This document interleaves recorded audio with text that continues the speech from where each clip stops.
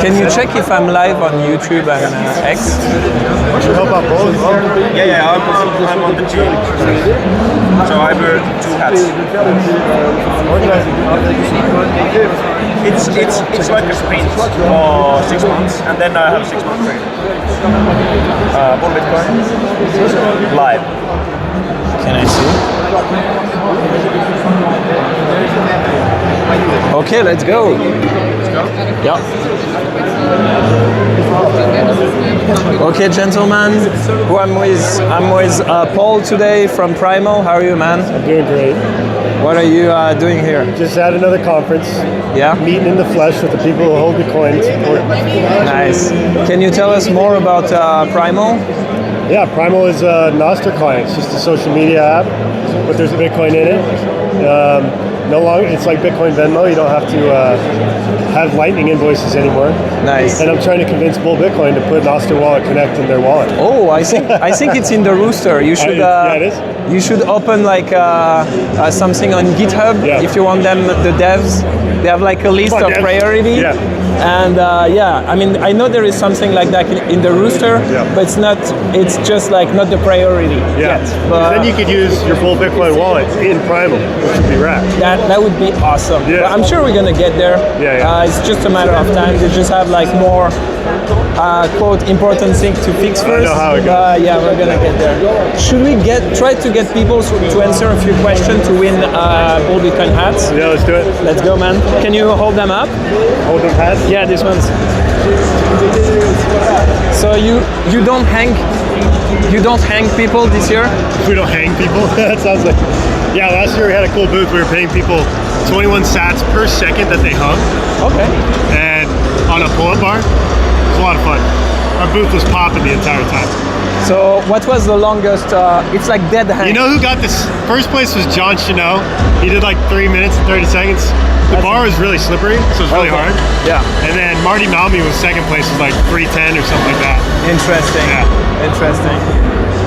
Okay, so we have, do you buy yourself like art, Bitcoin art or something? Or not that much? Not that much yet. Yeah. Do you? Small stuff.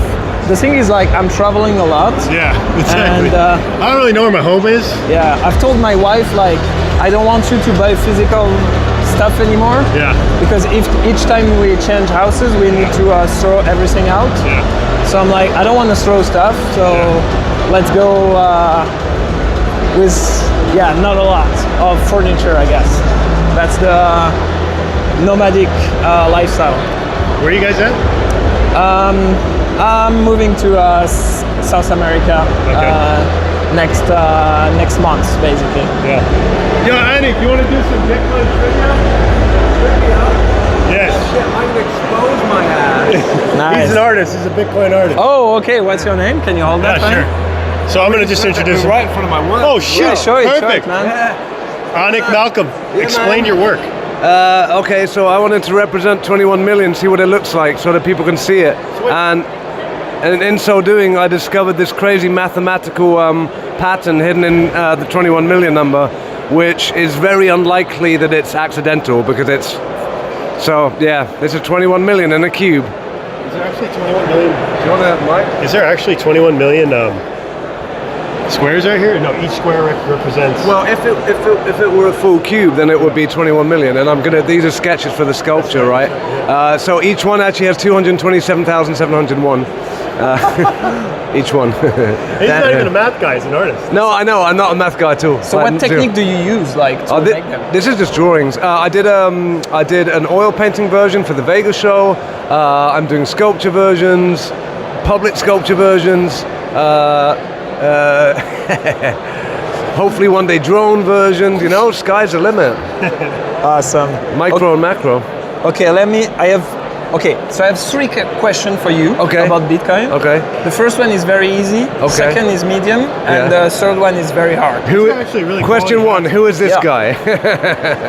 Okay.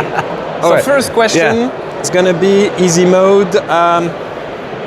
I'm already nervous. Yeah, you should be. I'm sweating for you. He doesn't even know the question. What's the name of the very first Bitcoin block? Genesis block, Jesus. That Good. wasn't easy. Okay, That was not that intermediate. easy of an easy question. Really? I feel like for some people, No, What? okay. Yeah, we gotta be like, if we want to get rid of these caps, you know, you shouldn't be too hard. Okay, name the exchange that collapsed in 2014 and lost almost 1 million Bitcoin. Mount Gox. Yeah. Okay, just for the fun of it, what was the name of the French CEO? I don't know. I Mark don't care. Karpeles. actually. I don't care. Who? What was it? You know? Mark Karpeles, no, I didn't know. Okay, so now let's go harder. Oh shit. Okay. Shall I do stretching This is our exercises? first one. I don't even know the Oh, questions really? either. Yeah, so I'm excited. No, this one is too easy. Does everyone get the same questions? I don't know. It looks like we got a long list. Ooh. Okay, Let's in go. 2010, an exploit created. No, not this one. Hold on. Oh, There's a mistake.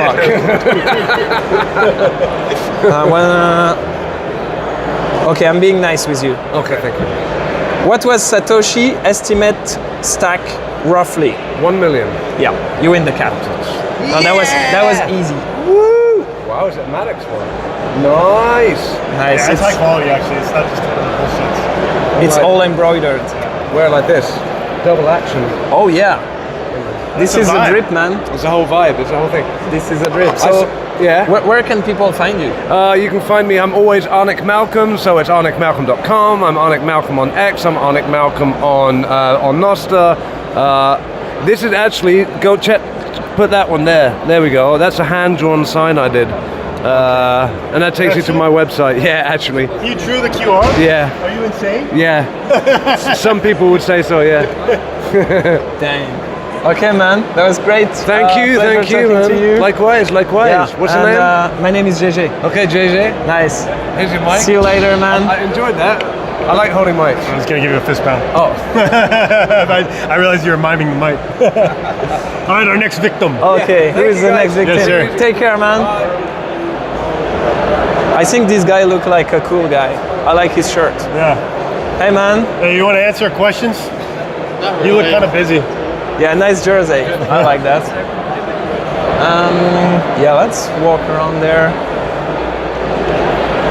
Should we make Pam answer questions? Is that her name? Sorry? Is that girl's name Pam? Pim? Pam? I don't know. Yeah, maybe, I don't know. Okay, there is some stalls here.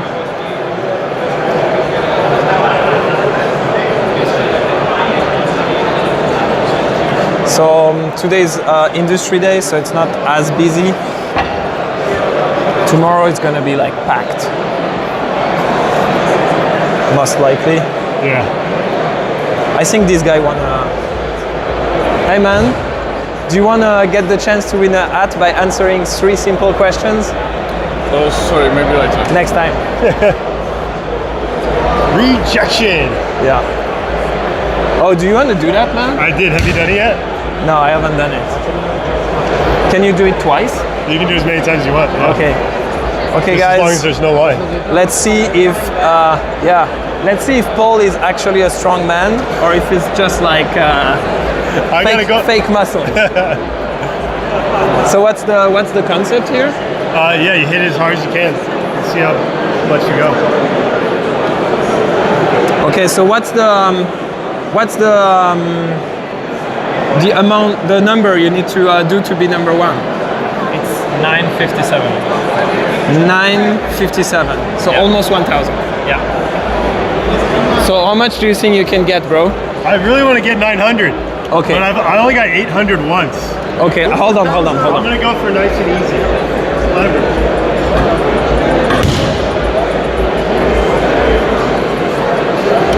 Oh, that was way better. That was like really simple. It's not too bad, man. You do it again? Yeah. Hold on.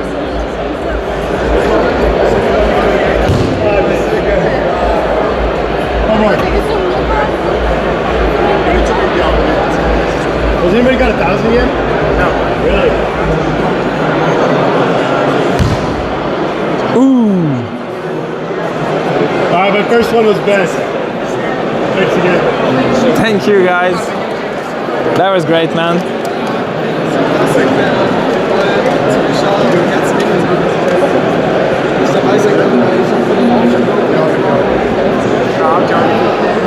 Hey, man. Do you wanna? Hey, what's up? I'm alright. You want to answer a few questions and get the chance to win a hat? Hat? Yeah. Which one? I have 3 questions for you. If you answer them well, I give you a hat. Okay. Wow, it's great. Sounds great. Special Madex hat. Let's test your Bitcoin knowledge. Okay. So it's like 3 questions. It's going from the easy mode to the hardest one. Okay. So the first question. Satoshi Nakamoto. Okay, roughly, how often is a new Bitcoin mined? Easy. Sorry? How often is on average, is a... Every 5 minutes. No, it's 10. 10. Yeah, on average. I think it's more around like 9. Okay. But I'll give you a second chance. Okay? Thank you. At what year? This one is an easy one, but like some people can get confused. Oh man. What year was the Bitcoin white paper published? 2009. It was 2008. No! I think it was late December, right? Block. Yes. 2009. That's why people get it confused. It was 2009. Yeah. And the Genesis block, I think, was I January. lost. Thank you guys. Here you go. No, it's not. This one was I think it's 2009. no, like the first block, but I think like the white paper when they released it on the it was December. Yeah, Jan 3rd, 2009, I think was the first Yes. block. So I was right. Yeah, but the white paper was released October yeah. 31st, 2008. Okay, Is that what it okay. was? Yeah, it's December, I think. Oh, I forget. Yeah. End of December. Anyway, that was close, man. Thank you. I'll come back tomorrow and The same question. give you a second chance. thank you. I have a different pool of questions. Okay. Yeah. Thank you. See you, man. Have a good one. Okay. Let's go at the Bull Bitcoin booth. Let's Yeah, talk. we've only given away one hat. We're failing. Yeah, I mean, they are failing, you know? They're failing. Yeah. I mean, the Noster booth too. We can go back Yeah. there. Oh, there is a Noster booth? Over here. Okay, let's go, man. Nice people over there.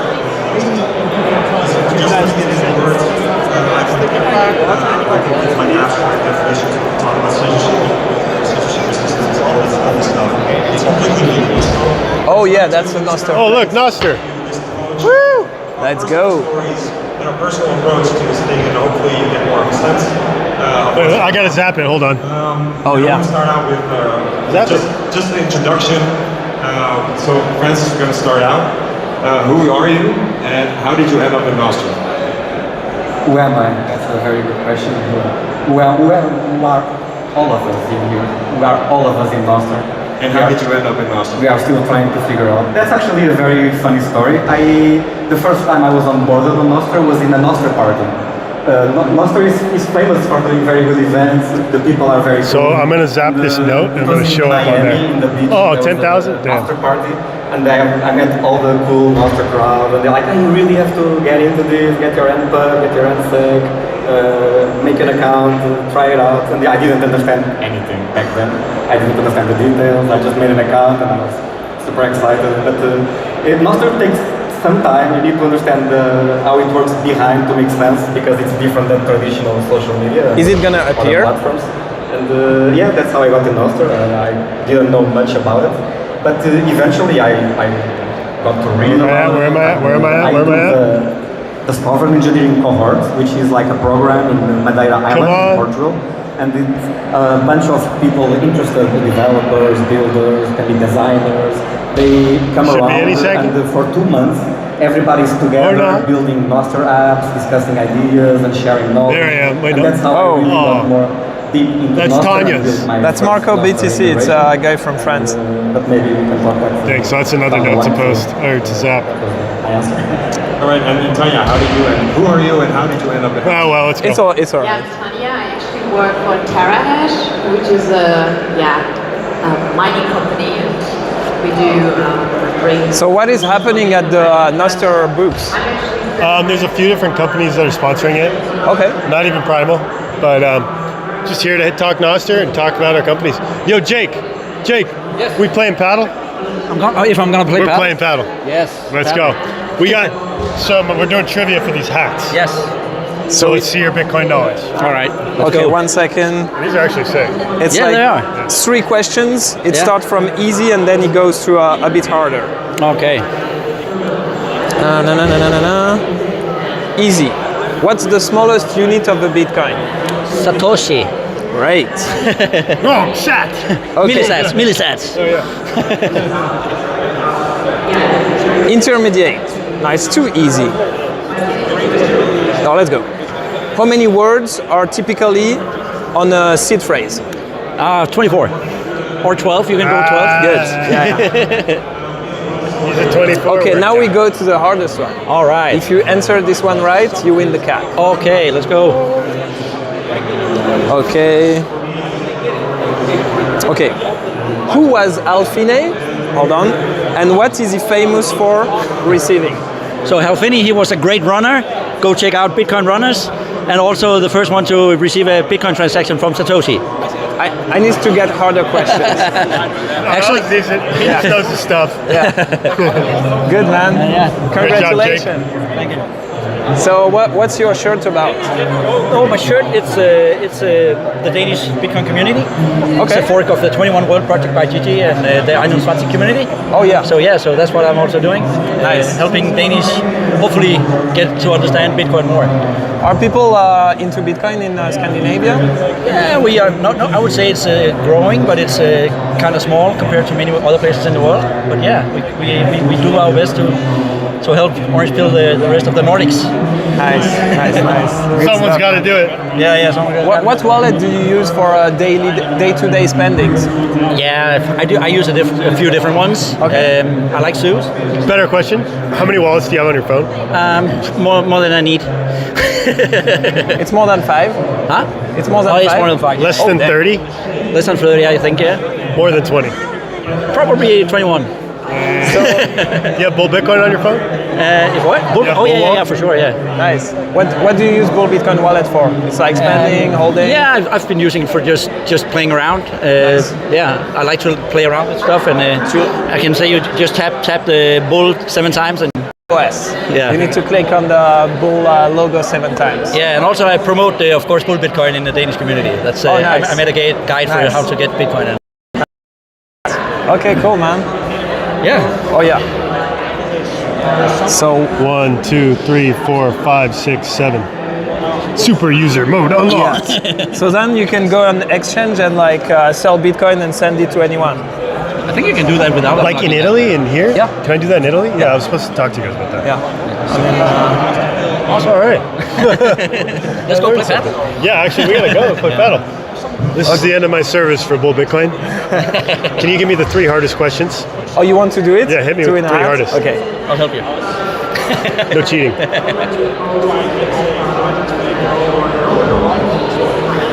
Okay, I'm just gonna do intermediate and hard. Yeah. So, Nervous. what was the block size war about, roughly? Big blocks, small blocks. Okay. In a nutshell, yeah. Yeah. Tick. Bro, this one you're not gonna answer it. All right. Let's see it. Hold on. See it. Do it. Try it. What's the name of the elliptic curve Bitcoin uses for signatures? That's not SHA-256, is it? What does that mean? SEC SEC 256PK. No. Yeah. I give you a second chance, man. This one was really tough. Okay. Okay.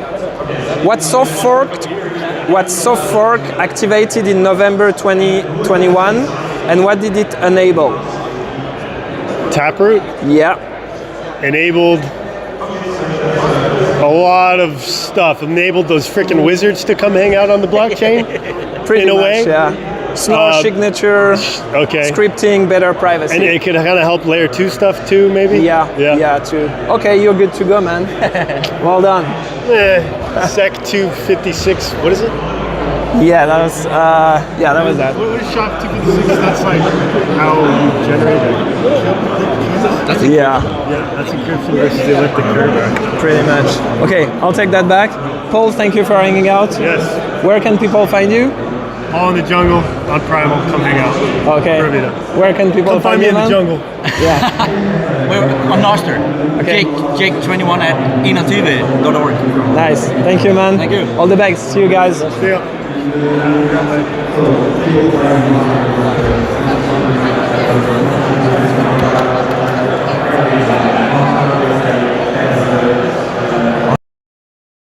In the exposition, let's see if we can meet interesting people here.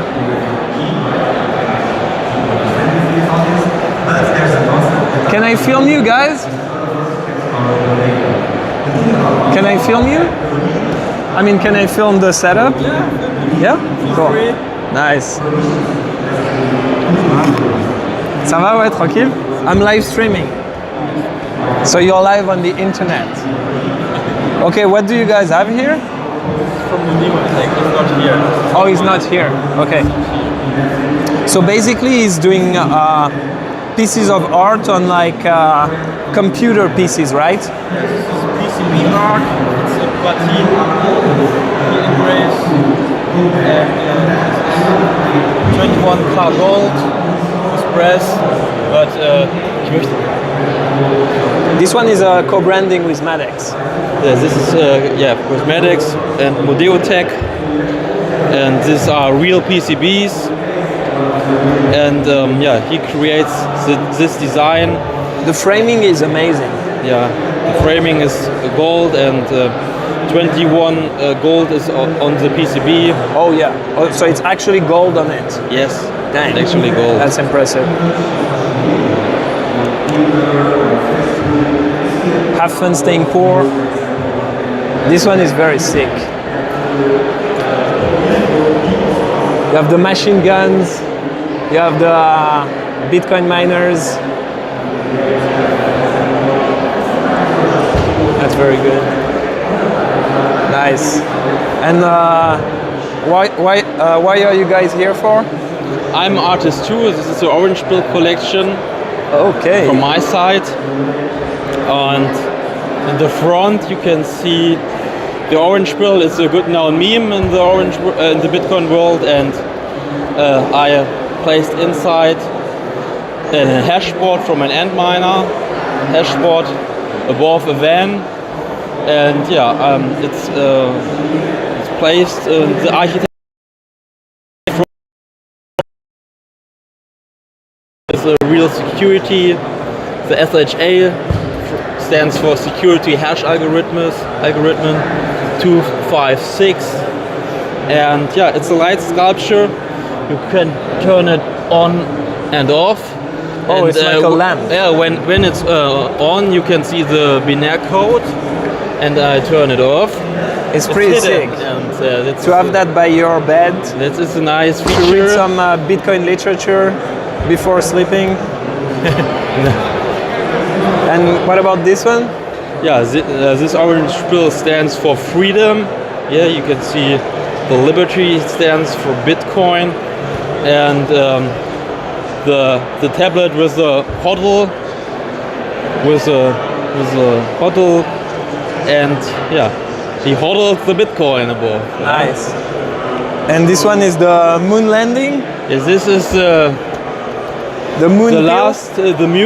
The moon pill, and this is the proof of work, shown in a mechanical way, not in a technical way. We can see in the front, because it's a mechanical way to step the plastic and the concrete away and show the Bitcoin, the 21st century gold. Yeah. Nice. And oh yeah, it's okay. I see. It's so when people say an asteroid will come with gold in it, it may be actually Bitcoin. Yes. Interesting. 21st century gold, yeah. Where can people find you? On Instagram, my artist name is Program0. Okay. And the first pill, there is a QR code from BTC Prague, and the gallery creates a fractal encrypt. Yeah, okay. He has a lot of work with this special and beautiful gallery we can see here on BTC Prague. Yeah. He had a lot of work on it, but it's very beautiful. And he has a time chain. Can have a look Nice on stuff. his time chain, yeah? Thank you, man. Have a great day. You too. Yeah. Tu veux parler un peu? Ouais, vas-y, viens me montrer ce que t'as. Ça te dérange, on le fait en anglais? Okay. Hold on. Can you tell us, you can hold the mic if you want? Okay, thanks. Oh, hold on. I forgot my hat. Ah yeah, the caps.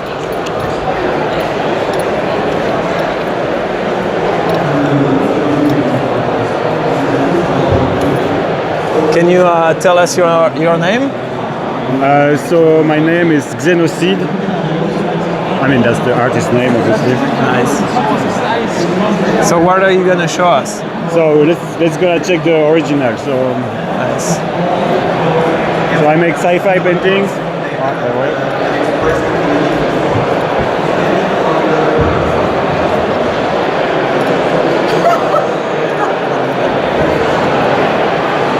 So here are the pieces. So it's watercolor and ink, and obviously it's very futuristic. So this is here- not AI. No, You not at all. painted it yourself. Yeah, it's all like handmade, and it's all like these are really original on paper. Okay. Yeah, like I said, it's watercolor, ink, and sometimes a bit of acrylic or sometimes some other things. How long does it take to do like such painting? Usually between like, if I would work full time, it would take like a week or two for this size. Yeah. Okay. It's very like futuristic cyberpunk type. Yeah, exactly. I mean, that's what I've always been doing. I always did sci-fi paintings like this. I also do comics. And those pieces for Bitcoin, I mean, Bitcoin just fit perfectly in the picture. Yeah. You know, it's like cyberpunk, it's the machines, it's the future, the cyberspace. And obviously, you know, you want to... You know, there's this whole thing about metaverse, and it's complete bullshit. We know it's bullshit. Yeah.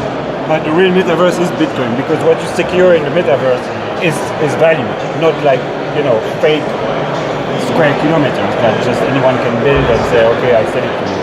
Nice. And so you have this, for example, this one is about the node and the way you could like theoretically in the future maybe run a node with your brain or something like this, and then like become the node itself. And so this one is more about the beauty of Bitcoin. It's more like graphic. There's a bit less research and technological or something. Do you think the human brain will merge with the machine, with AI? I think it will, yeah. I'm pretty sure it will at some point. Yeah. Merge, it's difficult to say because obviously, you know, you don't know even what consciousness is, or whatever you can plug to your brain, it will always be something different, but we're going that way. It will sort of happen. It's a bit scary, I have to say, but like I don't think there is any other options. Yeah, I mean, so people can like find you here on like X, maybe Instagram. Yeah, so here it's basically for the exhibition, so it's to buy it basically. But you can find me on X. Sure. Okay. Thanks for taking the time, man. All the best. Oh, do you want to answer a few questions to get the chance to win a Bull Bitcoin hat? Oh, yeah. Let's go. Okay. Let me get the questions. The questions are going from easy to medium to difficult. Oh my God. Okay. First question. What was famously bought with 10,000 Bitcoin in 2010? The pizzas, no? Yeah. Intermediate. What headline did Satoshi embedded in the Genesis block? Second bailout for banks. Chancellor on break of second bailout for banks. You get that right. Final question, bro. Okay. What BIP stand for? And can you name one BIP by number? So it's Bitcoin improvement proposal. Yes, you get that right. Can you name one BIP? I can only name the last one that I hear constantly, the BIP 1110, 110, but I have no idea what it is. Okay, fair. You had like Which one did you have?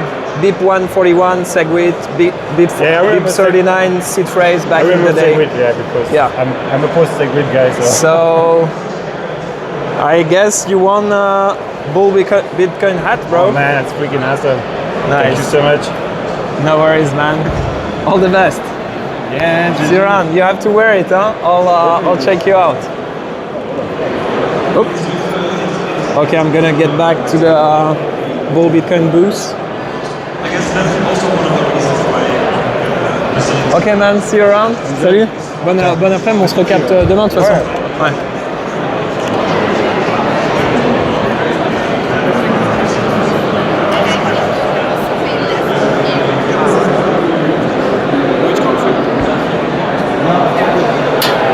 I need to talk to the Finnish guys. The Finnish guys. Yeah. How are you guys? What up? Is the mic on? Yeah, you can put it in the middle. Yeah. Okay. So what are you here for, guys? We're here to do a freestyle rap. No, definitely not. You might do it. Okay, we're not. You can rap? I can rap, but I haven't freestyled for years, so I'm Can not you gonna put a beat on YouTube? And let's hear. I mean, Are you willing to do it? No, I'm not gonna do it. No. come on, give it a try. No. You sure? Okay. No. You shouldn't have made that talk because now you're obligated. I can maybe do it like tomorrow or something. Yeah, A little drunk. after Maybe a some bit drunk. booze, maybe. Yeah, a couple of beers. And Fair I'll be enough. fine. Fair enough. Yeah. I'll supply you some beers and you'll do a freestyle for me. Yeah, and something else. I can do your back, you know, like the Finnish guy. people don't drink vodka. No, I don't. I'm not Finnish. I have access to the VIP room. I can get you whatever. So you guys are both from Helsinki in Finland. Yeah. Yes. What's happening there in Bitcoin? You have like a physical hub, right? Yeah, we have a physical hub, education space, a community space, open all year round. You should definitely go check out Joe Nakamoto's video titled The Shadow Bitcoin Country of Europe. That's all about BTC Hell and what we do in Helsinki. In Finland, we have a special edge for Bitcoin, which is mining and energy, because Finland is a cold country. Like 9 months a year, you need to heat your house, and mining scene is really active, and people are rushing to that market. And we are organizing a mining event. We organize BTC Hell, which is the largest Nordic Bitcoin conference. Then we do media, podcasts, yada yada yada. Nice. So what's the date of BTC Hell and what's happening exactly there? So this year, 2026, the dates are 25th and the 26th of September. It's a 2-day event, and I guess you just have to come there to see what happens. One of the biggest things, or the coolest things that we had last year was a bathtub, or like a jacuzzi, a Finnish jacuzzi. Hot tub, yeah. It's not exactly a jacuzzi, but it was heated with Bitcoin mining. It's this one company, this Finnish company, that sells Bitcoin boilers to houses where you have maybe pools or just a regular house that you need heating for. So we used that solution to heat up a hot tub at the event. So you could just jump in there, get a bathrobe, and yeah, have a beer and chill in the hot tub. And of course sauna, we have a lot of different side events on the sauna. Sauna is the big Finnish things. It's a hot room. People know saunas nowadays. Saunas nowadays, yeah. So Joe Nakamoto is claiming Finland is a Bitcoin country in Europe. Do you think he is right or is wrong? He's very right. Yeah, We have the most nodes per capita in Finland. Really? Yeah. We have the most nodes. We have people that were in Bitcoin development in the very beginning. Martti Malmi, for example. I think he was like the second person after Satoshi to develop Bitcoin. And we have one of the coolest Bitcoin conference in the world, I would say. And yeah, what else? Like in Finland, I think as a nation we are really high tech. We are really interested in early stage tech. In the engineering side, it's a really engineering country. We are interested in open source, privacy. Like privacy is really important value for a lot of Finnish people.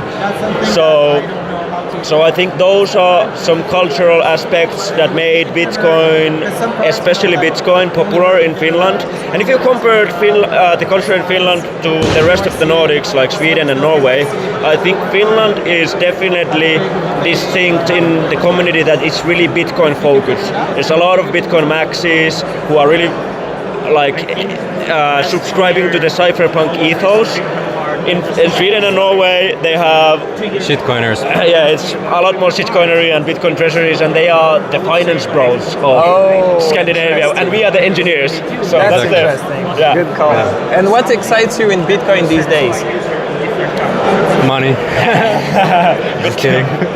Now, one of the things that I talk about here at Bull exhibition, at Bull booth, is in my opinion the killer feature of Bull Wallet and the most exciting technical developments in Bitcoin now is bolt swaps. Because a guy on stage just said that convenience is the enemy of privacy. I don't believe that. I think if you really put your mind to it, you can make privacy convenient, and bolt swaps is doing that. Bolt swaps are fast, they are self-custodial, they are safe, and they are private. They improve your privacy by far.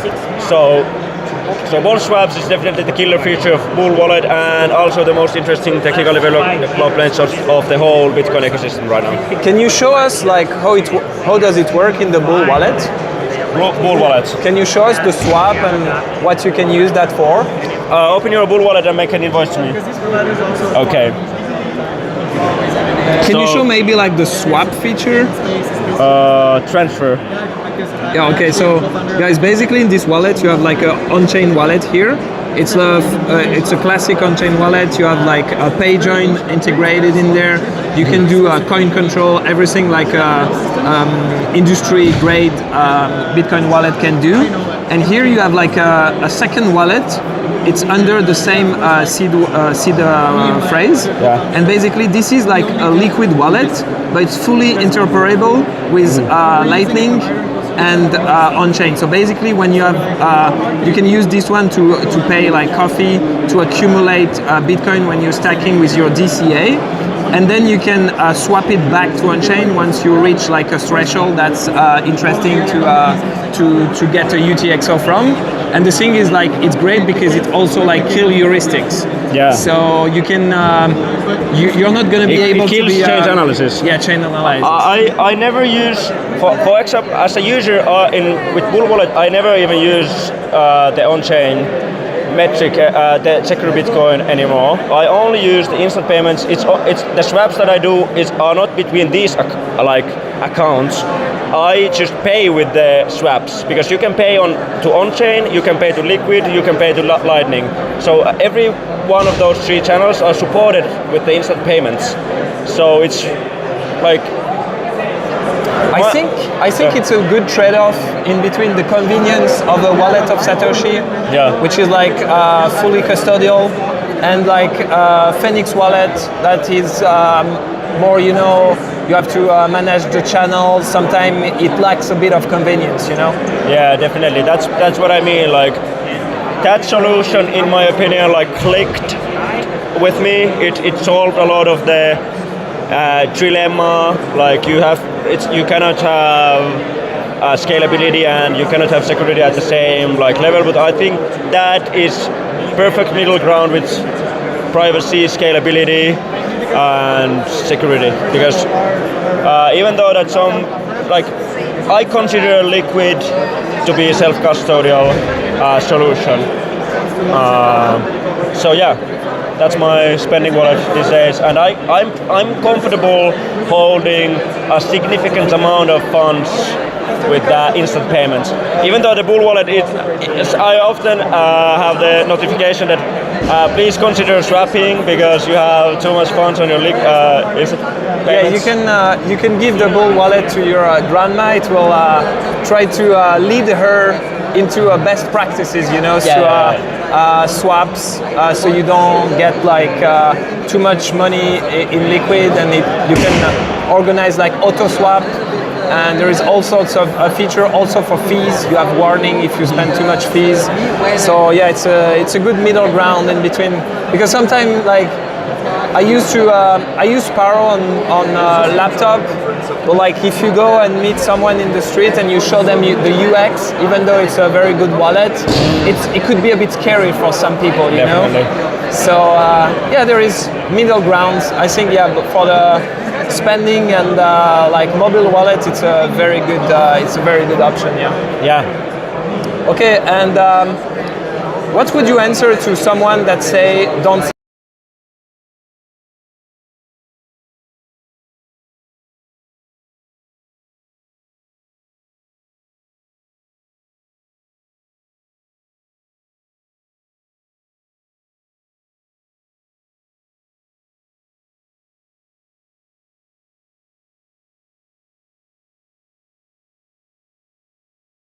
Because he didn't want to argue.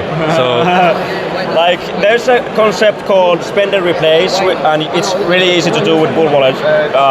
But basically, when you're spending Bitcoin, you have the same opportunity cost as spending euros, because the opportunity that you lost is that you wouldn't have bought it at all, and you spend it on Bitcoin instead, right?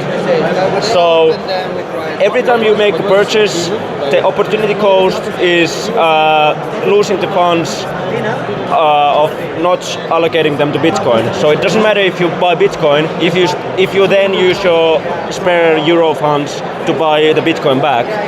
But that only helps.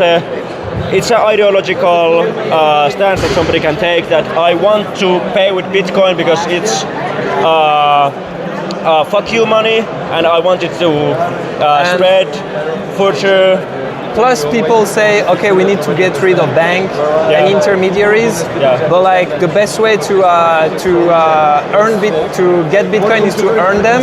So if you want to earn Bitcoin yourself, you need to lead the way and spend your Bitcoin, so you can give people the chance to earn Bitcoin, get the chance to do whatever with it. You know, there is no government intermediary. They can do whatever with it. And also the fact that you're spending Bitcoin and you know that Bitcoin is scarce, you're gonna spend less. Yeah. Because you know that the Bitcoin you're using to pay is scarce. So mentally, you're gonna end up spending with more Bitcoin at the end of the day. Yeah, you know what I mean? Because if you're spending Bitcoin, you're more careful of what you're spending on. So at the end of the day, actually using your Bitcoin for payments will most likely lead you to having more Bitcoin, right? Yeah, and I've thought about that a lot, and it's like a chicken and an egg situation. Because if you want to earn in Bitcoin, you need to, let's say you have a profession, and in your profession there aren't like companies or organizations that are willing to pay you in Bitcoin because they don't accept Bitcoin. Yeah. So the change that would have to happen is that the biggest players, they should start accepting Bitcoin and then transferring it to the people that work. Yeah. But right now, if you want to earn Bitcoin, you basically have to work for a Bitcoin company, because how else do you earn Bitcoin? Or you can and sell your stuff for Bitcoin. You can bootstrap on X and like do something, offer a service. You can vibe code a website. And some people say, oh, I'm in Bitcoin for the revolution. The revolution is happening when people stop using government rail and stop feeding the beast, you know? And we stop feeding the beast by having like a grassroots economy of people that trade peer-to-peer and do whatever they want with their money, you know? Yeah. So So that's what we're working towards. We were trying to actualize the Bitcoin standard, so that's what we're working as well towards. But I think it's a little hard for common Nordic like people, because we have such a stable societies and stable tech, high tech, easy payment systems. So for common Nordic people, it's not a question in their head that my payment system are not working. I should use Bitcoin as money at this phase. But if you can show them a place, a documentary about Bitcoin circular economy where they actually didn't have the infrastructure at place for digital payments, for example, then it showcases the payments and the real need for Bitcoin as money. But I'm of the opinion that the time will come for all of us where the money, the euro, will become so bad that it's actually better for even us to pay with Bitcoin. But currently at the stage of Nordics, it's mostly like a savings vehicle, you know. Nice. Thank you, guys. Where can people find us? Find you? btchell.com. btchell.com. Cool. All the best, guys. Okay. Nice. So now I'm gonna try to get people to win free caps. Giacomo. Yeah. Interview her. Yeah. Hello, Giacomo. Hello. Can I film you, bro? I'm live. How are you doing, man? I'm doing fashion. I'm Italian, so my mission here is a fashion investigation. Yeah. And this is probably what I will go on with after my show. Nice. What are you up to this day, my friend? Plan B stuff. So there is the Plan B school going on in Lugano in a couple of weeks. Nice. There will be a lot of great speakers from all around the world, and 42 students, 21 developers, 21 business developers from all countries in the world. Then we will get busy to organize the Plan B week for October, when there is a Plan B forum, but also all the activities around it, which are basically the cyphertank, many things that will happen around it in Lugano. Then we will focus for January, where there is the Plan B Weekend Forum in San Salvador, and then for the spring maybe something new that I will disclose later. So the Bitcoin Citadel is happening in Switzerland. To a degree. Humbly, like we don't want to oversell. There is a merchant adoption, which is cool. Mir made an experiment to live in Lugano with only sets for basically 20 days or something. How did it go? Well, there are some things that are not easy, like pharmaceutical stuff. Fuel is not easy, but I bought a car with Bitcoin, and we are working buying real estate with Bitcoin only. So merchant adoption is cool. Also, we are fixing the payment system because it was pioneeristic back in 2022, but now it is SAC, so now it's getting better with arcade. We're working with art clubs to have arcade payment, and then there is the school is also interacting with university. I'm now apparently a professor in Taipei, which was not on my bingo cards, but I am. We're running a master in Taipei and TUT. They have a strong Bitcoin community there. Yeah. BTC Taipei, They are very big. So, okay, we're allegedly in a bear market, so we got rid of the tourists in BTC Prague this year. What excites you the most about Bitcoin right now? This bear market is killing many Bitcoin companies, which is beautiful, because the problem is that we don't need many Bitcoin companies. We need very few Bitcoin companies. How many internet companies do you have?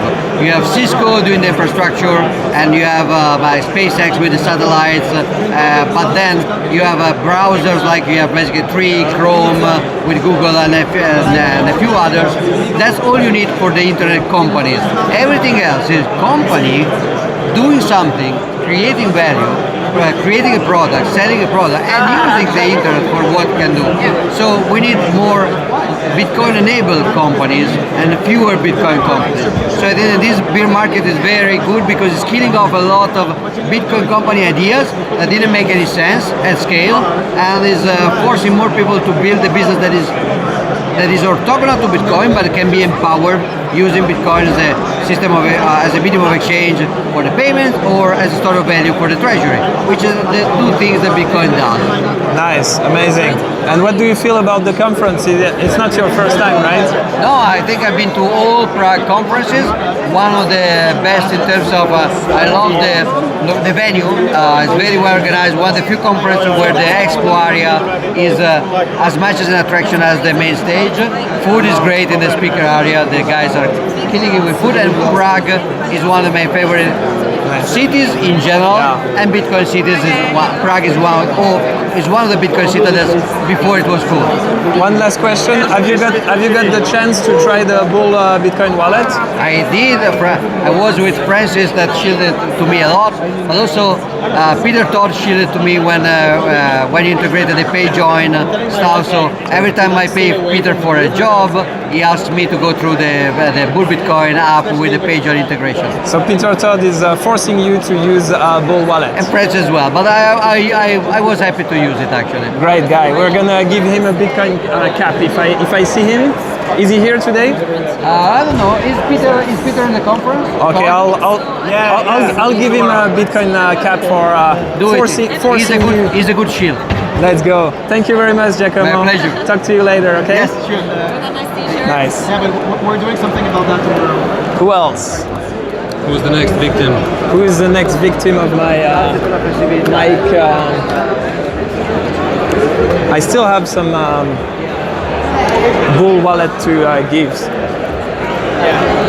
Let's observe how Madex operates on the booth. We have some pretty new. You don't mind if I film? Okay, I have another one at the apartment. So, okay, can you bring it tomorrow? So it's like one of a kind. So here we have all the pendants of Madex. It's mainly silver and gold.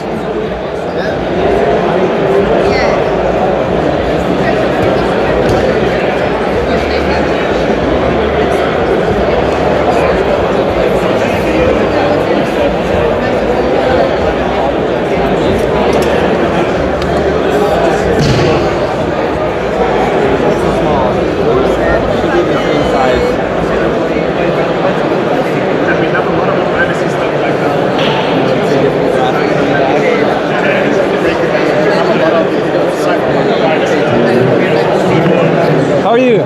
Do you mind if I film? What? Do you mind if I film? What? How are you, man? I'm good. Good to see you. How are you doing? From Italy, right? Straight from Italy. Yes, definitely. Can you introduce yourself? I'm Federico Rivi.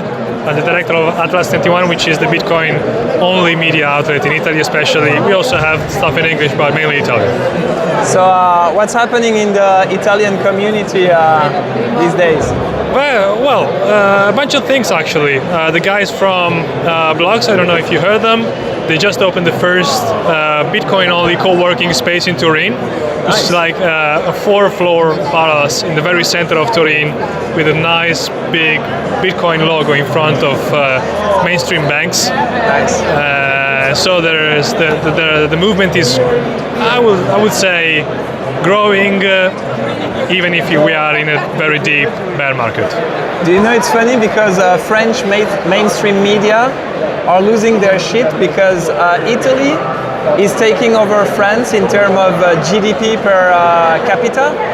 So for the longest time of the 20th century, France was richer than Italy per capita, you know. I mean, people were immigrating to France because there was like more job opportunity. And now I feel like because of socialism in France, I'm not saying Italy is not socialist, but I think they have like a more pragmatic approach to it, I guess. Maybe slightly better than France. Maybe. I don't know how socialist is the path. France is the peak. France per GDP is like the second tax to GDP ratio in the world. Okay. So it's the second most socialist country in the world. I know that Italy is in a very bad path, so I think that if you guys are going lower than Italy, then the situation must be pretty difficult, I can imagine, because Italy is in a very bad situation right now. Now the political speech is again, right, like in these days actually, the most discussed political topic is reintroducing wealth tax. So this is it, you know. Like Meloni, she had some pretty smart move when she said, like, okay, if you're a billionaire or a multimillionaire, you can move in Italy, and for 5 years you'll be like capped to like 200,000 per year. That's only Milan. That's only Milan. Okay. They introduced. There is still this rule is still in place, but only for the city of Milan. Oh, interesting. So if you move in Milan and you are you can decide to pay 200,000 euros per year in taxes, no matter your wealth. So you can be like $100 billion. You can have 50 billions of net worth and just pay 200,000 euros in taxes, and that's the flat tax. But that's only for a little niche of entrepreneurs that wants to move in Milan. Yeah. For the rest of the country is a tax hell, honestly. And What excites you the most in Bitcoin these days? Oh, it's hard to find. Well, I would say maybe the ARC ecosystem. And the new protocols. I saw that Second launched recently Bark, a new protocol, the new implementation of the ARC protocol. Can you explain a little bit for people that don't know what that is? Yes, well, without getting too technical, it's a way of things. We know that Lightning has some bottlenecks, especially on the onboarding side. You should have, and especially on the channel management side. And ARC is a way of making it simpler with different trade-offs, but that are acceptable for most of the retail clients. So it's a nice solution that was introduced 3 years ago. Now a few protocols are being built on top of that. The guys in there's a startup called Arcade from Tiero, who's an Italian guy as well. We built on top of that, and now there's another implementation called Bark.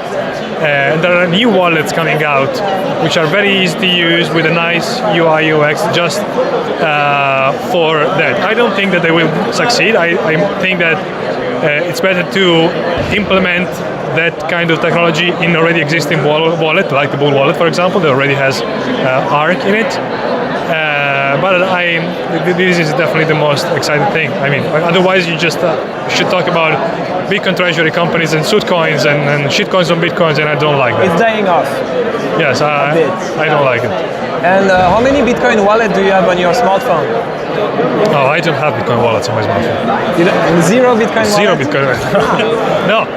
I can say that you lost your Bitcoin wallet on a boating accident. Yes, I can say that I have Bitcoin wallets just for testing purposes. And I have, I think, 5 now? Maybe 5. Because can you list them? Well, Bull Bitcoin, Phoenix wallet, Bitbox, and then I have Blue wallet and Blink wallet. Used to have wallet of Satoshi, I deleted it. What do you use the Bull wallet for mainly? Right now is my default wallet. I use it for everything. So if you want to buy a beer, you're gonna use Bull? Yeah, the Lightning wallet, the Lightning part of. Obviously in the Bull wallet there's the savings part, which is on chain, and the payment part, which is Liquid and Lightning, and I use the Lightning part to pay for a beer, for example. I don't use it obviously for the long-term custody. For that, I prefer another wallet. But for having a bunch of funds both on chain and also for everyday payments on Lightning, I use the Bull wallet. Nice. Can you tell us something in Italian? Just for the sound of it. Vendete tutte le shitcoin e restate solamente con Bitcoin nel vostro wallet se volete salvarvi il culo nel prossimo futuro. I love Italian. Thank you, man. Thanks, man. Where can people find you? They find me Federico_Rivi on X. They can find me on atlas21.com, which is the news outlet. Nice. Hold on. You have one? I have 3 actually. You can keep it. Yes. Cool. Thank you, Fred. Thank you, man. All the best. We talk later, okay? Cool.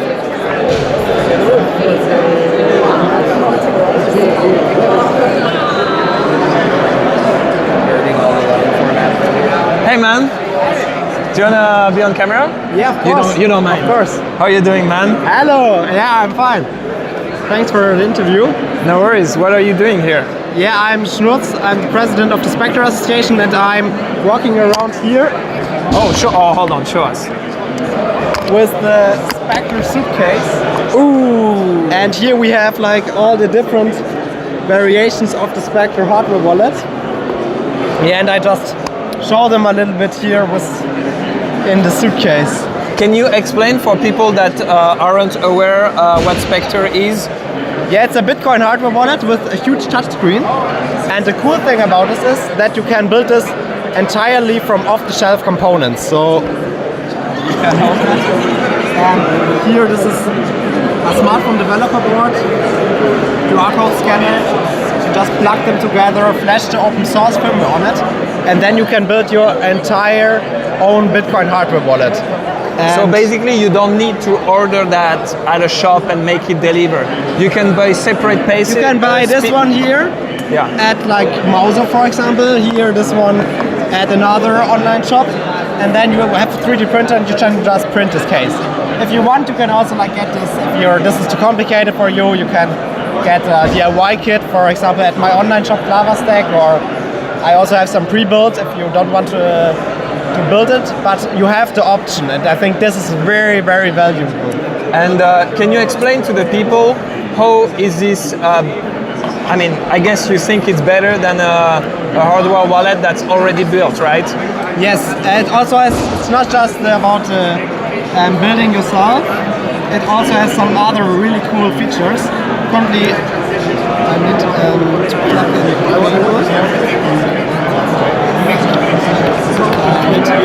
The one with battery currently is empty. So I think the most powerful feature is the big touchscreen, because most hardware wallets just have like a USB stick size. It's very hard to use them, and with this big screen you like see everything. If you want to enter your seed phrase, for example, then it's like entering a WhatsApp message. If you want to enter a passphrase, it's like the same. And if you want to verify transaction, you can like see a lot more information than with other hardware wallets. And basically, like the advantage of doing like a do-it-yourself wallet is that you know basically what the elements you use to build them. You know the supply chain has a lesser chance to have been hijacked by malicious people, because like you can buy these items from random resellers like Amazon's or your local shop, so that makes it more safe for people that can build it. But like, it is hard to build, or you need to have like super easy. I think it's about 20 to 25 minutes with the tutorial. So you just like snap them together. You don't need to solder or anything. It's really, really simple. Yeah, this is like about the building process, but also transparent. It's like I said, designing, because it's fully air-gapped. And I've even prepared a transaction here, especially for this interview. Ooh, okay. So on the one hand, you can like load the seed phrase is stored here on this card. It's a secure chip card. And the cool thing here is you can have multiple cards also. So we have one here, you can have one here. And then you can pay to NFC places? No, it's not for paying, but you store the secret of the Bitcoin seed phrase on it. And like most hardware wallets have this built inside, but we have the option that you can like remove it and put in another one as well. So we can have like multiple hardware wallets in once. So this is also really powerful. A whole family can use just one Spectre with multiple smart cards. And this is also a really powerful feature, but now I want to go to the transaction signing. And you can use a Spectre with a Bull Wallet interface. You can of course use it with Bull Bitcoin. And we have like in total 8 different companion app software wallets that support it. And yeah, Bull Bitcoin is one of the really powerful ones. And what excites you in Bitcoin these days? The development of Bitcoin or the market condition? I don't know. About Bitcoin, I think currently we are in a bear market. So I think the most important thing is the building part currently.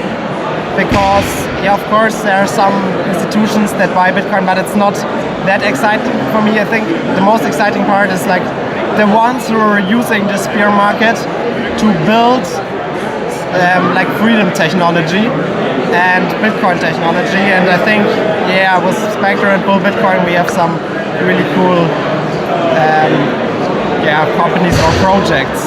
Nice. Yeah, we highly recommend the Spectre. It's a very based wallet, very easy to use. And where can people find you? So we have Spectre Point Solutions. There you can just find all the parts that you want to use to build this together. Or at my online shop, Clavastack. There you can get them as DIY kits, or also pre-assembled ones, and I think this is mostly for a European. I also ship like to the whole world, but there's also like, for example, Crypto Guide, who's also part of our Spectre Association, who sells like simple parts. So there's like, it's not just me, but like different shops, and just. And you've been at the Bitcoin Economic Forum, the small conference in France. Yeah. I think it was last month. How did you like the French community and the plebs there? It was really cool conference. I really like the vibe there. Really like cypherpunk and a little bit more plebic, like here in this big conference. It was hard for me because I can't speak French, and I needed to like make my way through. But in total, it was a cool conference. Yeah, shout out to the Bitcoin Economic Forum guys. I used to go there each year, but I couldn't make it this year. But next year for sure. Next year for sure. Okay, man. Thanks for talking with me. Thanks. And I'll see you around. Okay. See you around. Sure. Cool. Gigi, how are you, man? I am having a blast. We have had non-stop, as you can see, people at the booth from 9 a.m. There's some companies here, no naming, that have much bigger booths and much more emptier, so I think we're doing a good job. But yeah, feeling's really good. Everybody loves Bull. We're here to support, share the love. And what can we say? I think it says this on the board, right? Like, we're at the fight stage, okay, and let's go together then. And we're gonna win, right? What is this? First they ignore us, then they laugh at us, now they fight us, and next we win. I truly think we are at the stage where they fight us, right? Oh yeah, the fighting's going hard. The regulators, the bankers, the suit coiners, the shit coiners, a lot of coiners are fighting, but it's a battle worth fighting, and if we don't fight it now, it might be too late. So I think we're in the right trajectory. A lot of hard work ahead, but I'm very confident and positive what we're building. Can you explain people what you're doing at Bull Bitcoin mainly these days? Hey guys, my name's Gigi. Probably you've seen, if you've been following some of the educational tutorial stuff, you've seen my efforts at Bull Bitcoin.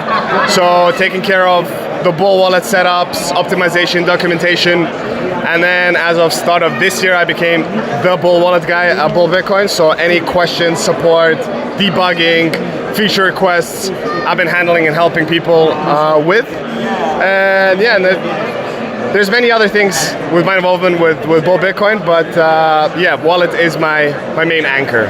Why is the Bull wallet the best out there? Why is it the best Bull?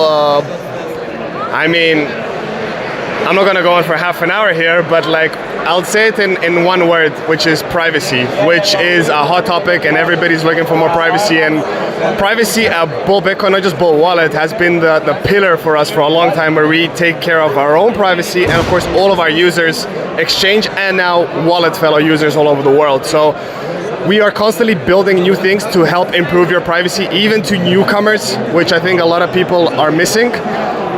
So yeah, privacy is a big one, and just the ease of use. You know, like onboarding someone is one of the essential things that we need to do as Bitcoiners, and I think we're doing a pretty good job on that front.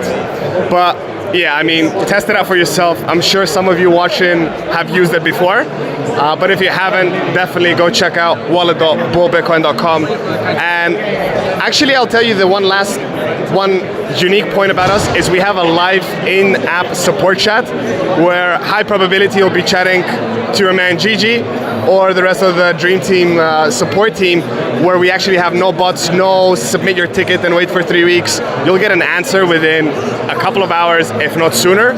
So we really pride on giving personal help to everyone on the exchange side and the Bull wallet. So I'll leave it at that. Nice, man. Are you gonna? Did you get the chance to watch talks today? The Prague conference? No. The only talks that have been happening, you can point right there where my finger is yeah, right there at the stand. That was my talk all day. I haven't seen any talks. Yes, I can't comment on that. Nice. Okay, thanks, Gigi. I'll talk to you later. Okay. See you guys. Stay sovereign, stay safe, and use Bull Bitcoin and Bull Wallet. Peace. Thanks, man. Nice.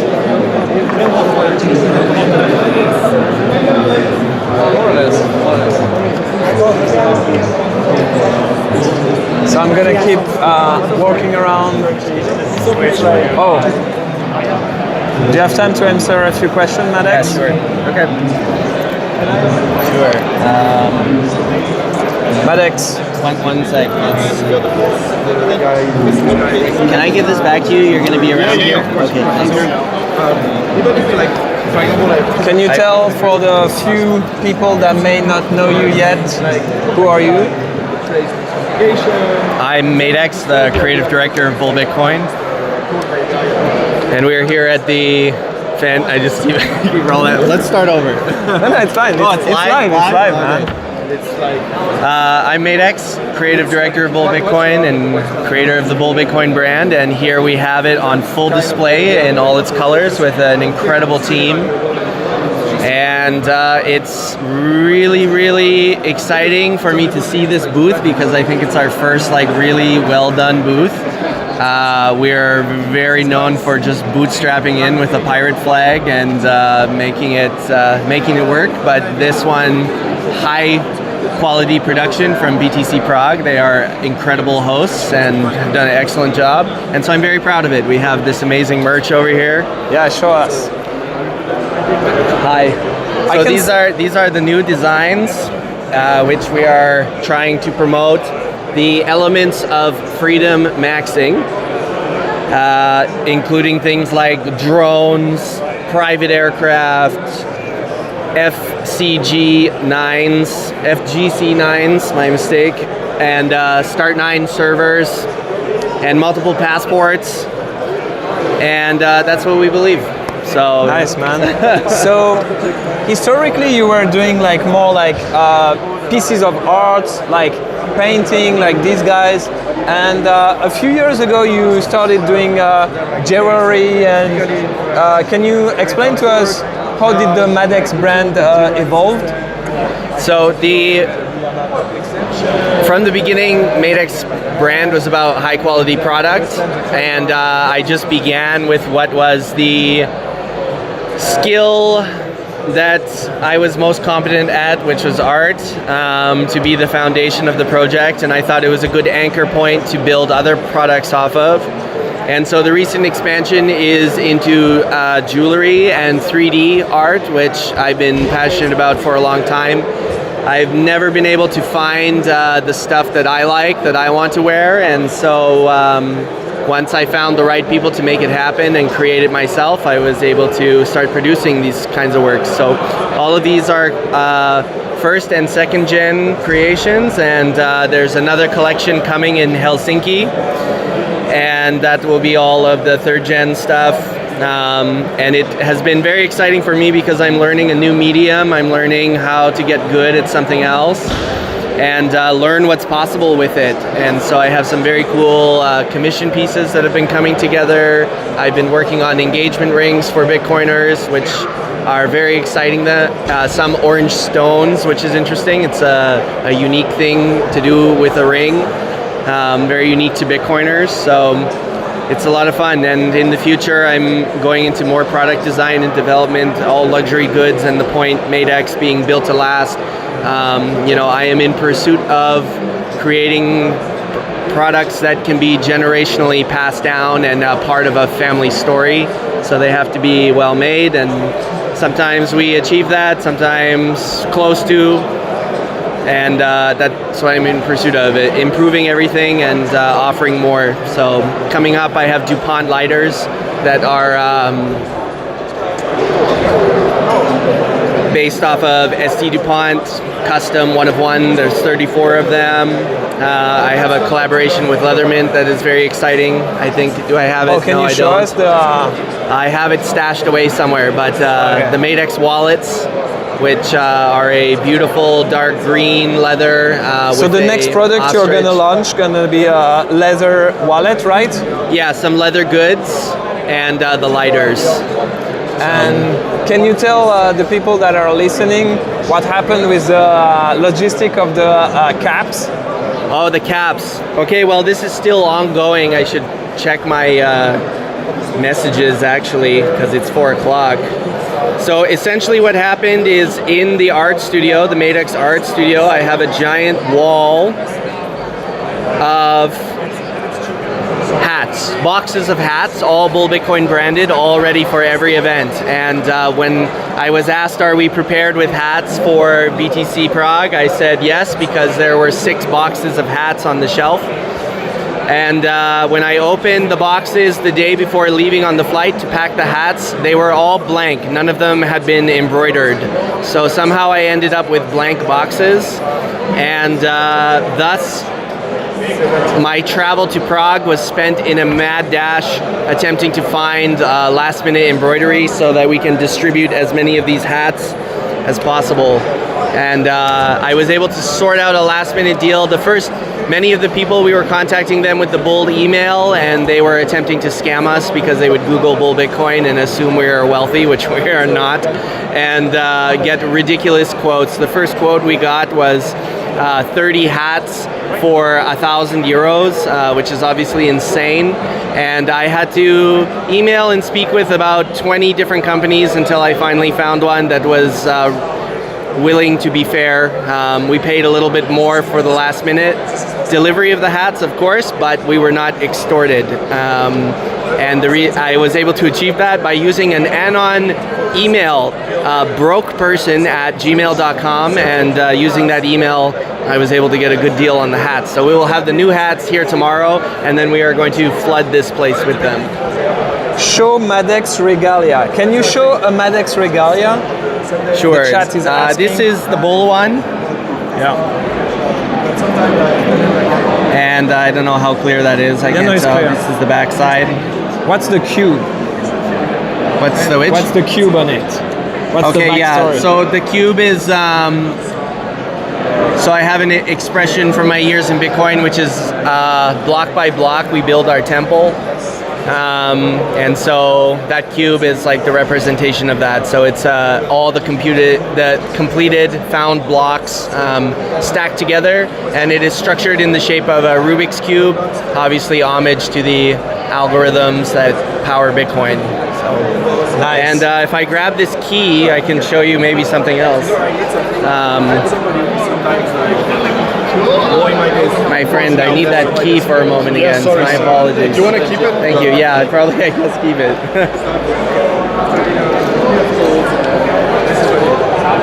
Okay, so we have this piece here. There's a phoenix in the center. And on this front side is a North Star with a flower of life in the middle, which is also a cubic structure, so reference to the blocks again. And then we have... So this one are silver, right? Yeah, these are solid 925 silver, and the chain is solid 925 silver as well. And then they have an onyx plating on them, which brings out the dark color in the negative space to pop the design details a little bit better. This one has the gear, the great motor of the world, that powers the great motor of the world, and then 2 bulls.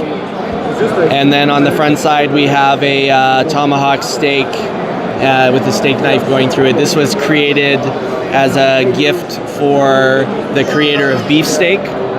So that's the Freemasons of Bitcoin. Yeah, the beefsteakers, I guess. And we have I have started to use this quote a lot in the majority of Madex pieces. I've experimented with tons of different quotes and lines that have meaning, and I've really locked in to this one, which you will know who it is from, and if you don't, you should search it, which is, I swear eternal hostility against every form of tyranny over the minds of men. So all the 3rd generation pieces will come with this quote, and then there's quite a lot of heavy variation with the others. You have open dimes too, right? Yeah, this is a solid 18 karat gold open dime. This is a V3 open dime. We're now making V4 open dimes.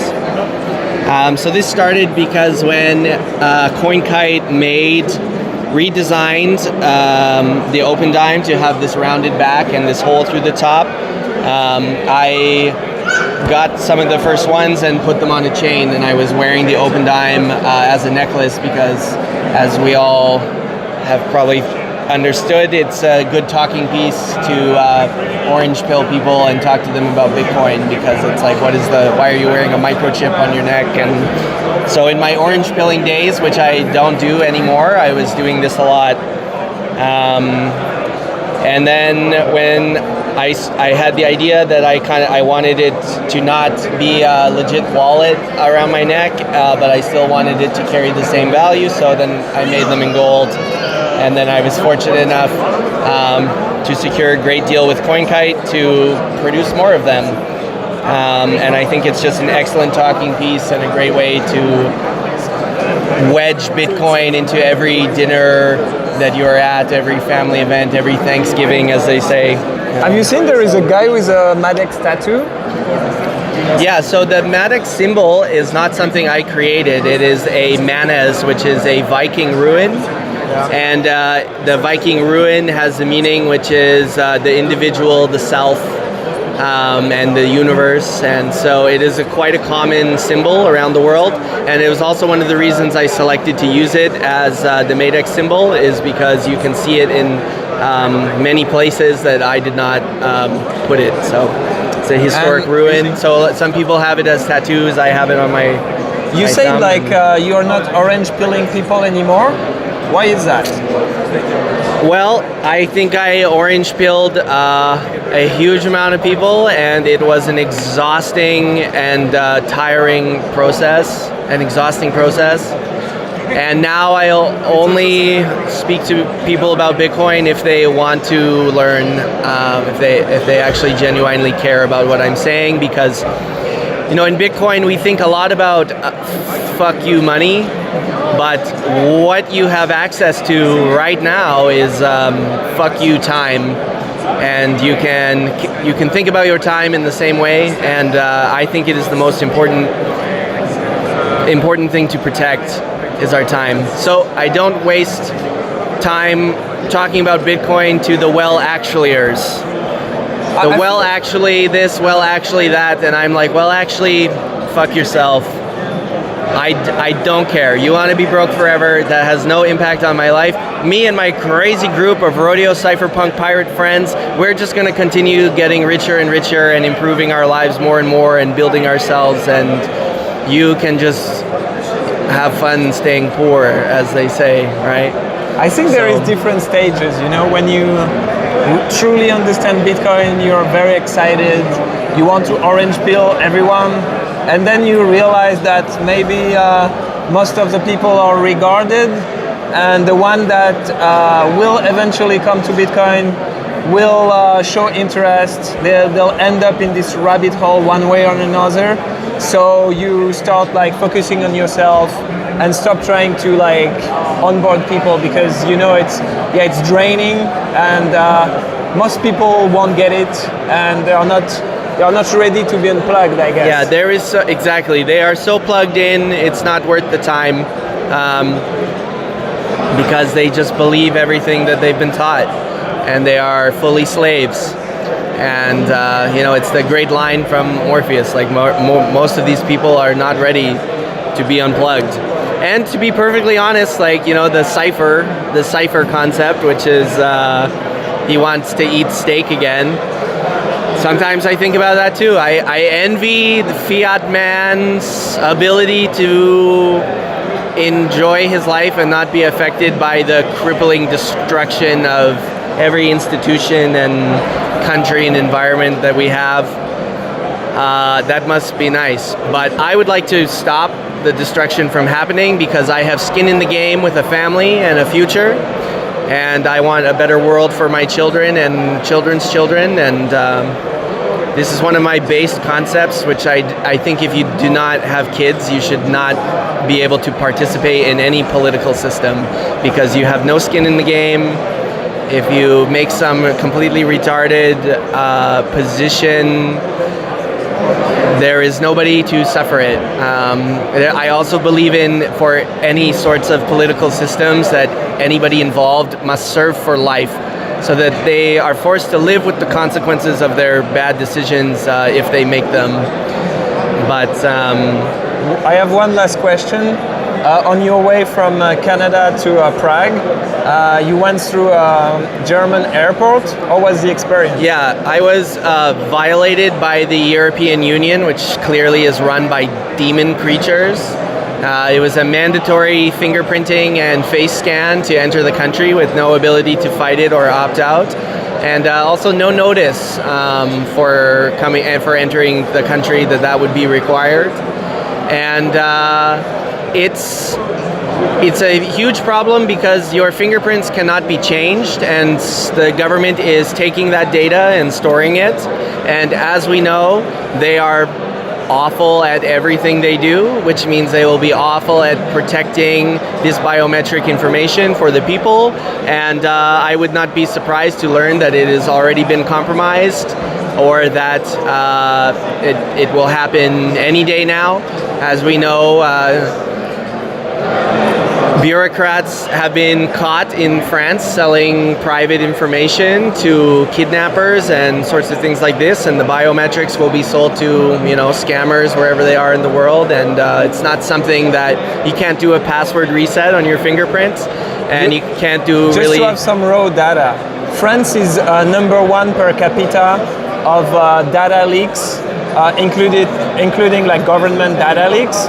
And it's first in the world per capita also, and not for capita, for kidnapping. So there is like a clear link in between like data leaks and crypto kidnapping. The fact also that they had like an attempt of crypto kidnapping in Texas a few months ago. He was a guy that was underage. He was 19 years old. And he took like 45 years in jail in Texas. We had similar events happening in France, and some of the people get caught, and some of the guys in the team trying to do the same thing had like 6 months jail time, or very low, malicious, like, no consequence, right? Yeah. This is a malicious attack on Western civilization. This is an active attempt to completely fucking destroy Europe. I think it has been underway for over 100 years, and it is reaching its apex. And unless Euroman wakes the fuck up and starts to do something about it, I don't see a future for Europe at all. All the beautiful buildings will be destroyed. They will crumble into dust. All the maintainers will either be forced to leave, or they will be killed.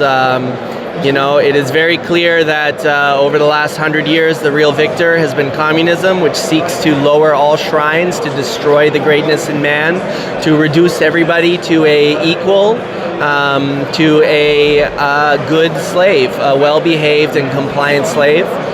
And I hope that it changes, because it's really a shame to see the artifacts of our history being destroyed and the stories being retold in ways which are not accurate but suit certain agendas.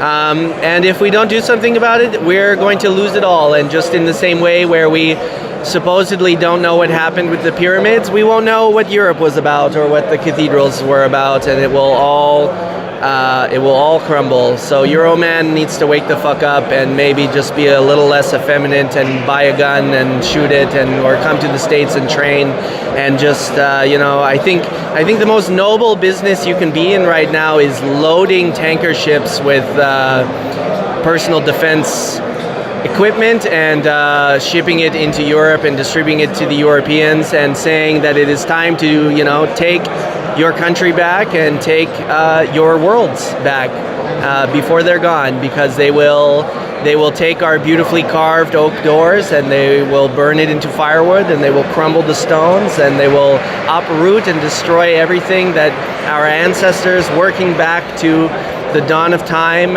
sacrificed and gave their lives to build. That's an amazing rant, man. Thanks a lot. Where can people find you? Thank you.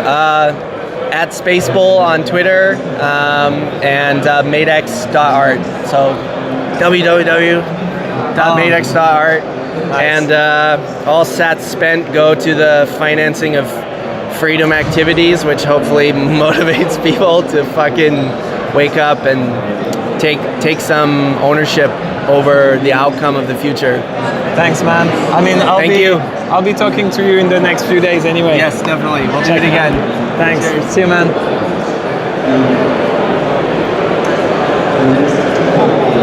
That was a pretty based rant from Madex. Now we're gonna go and see Becca.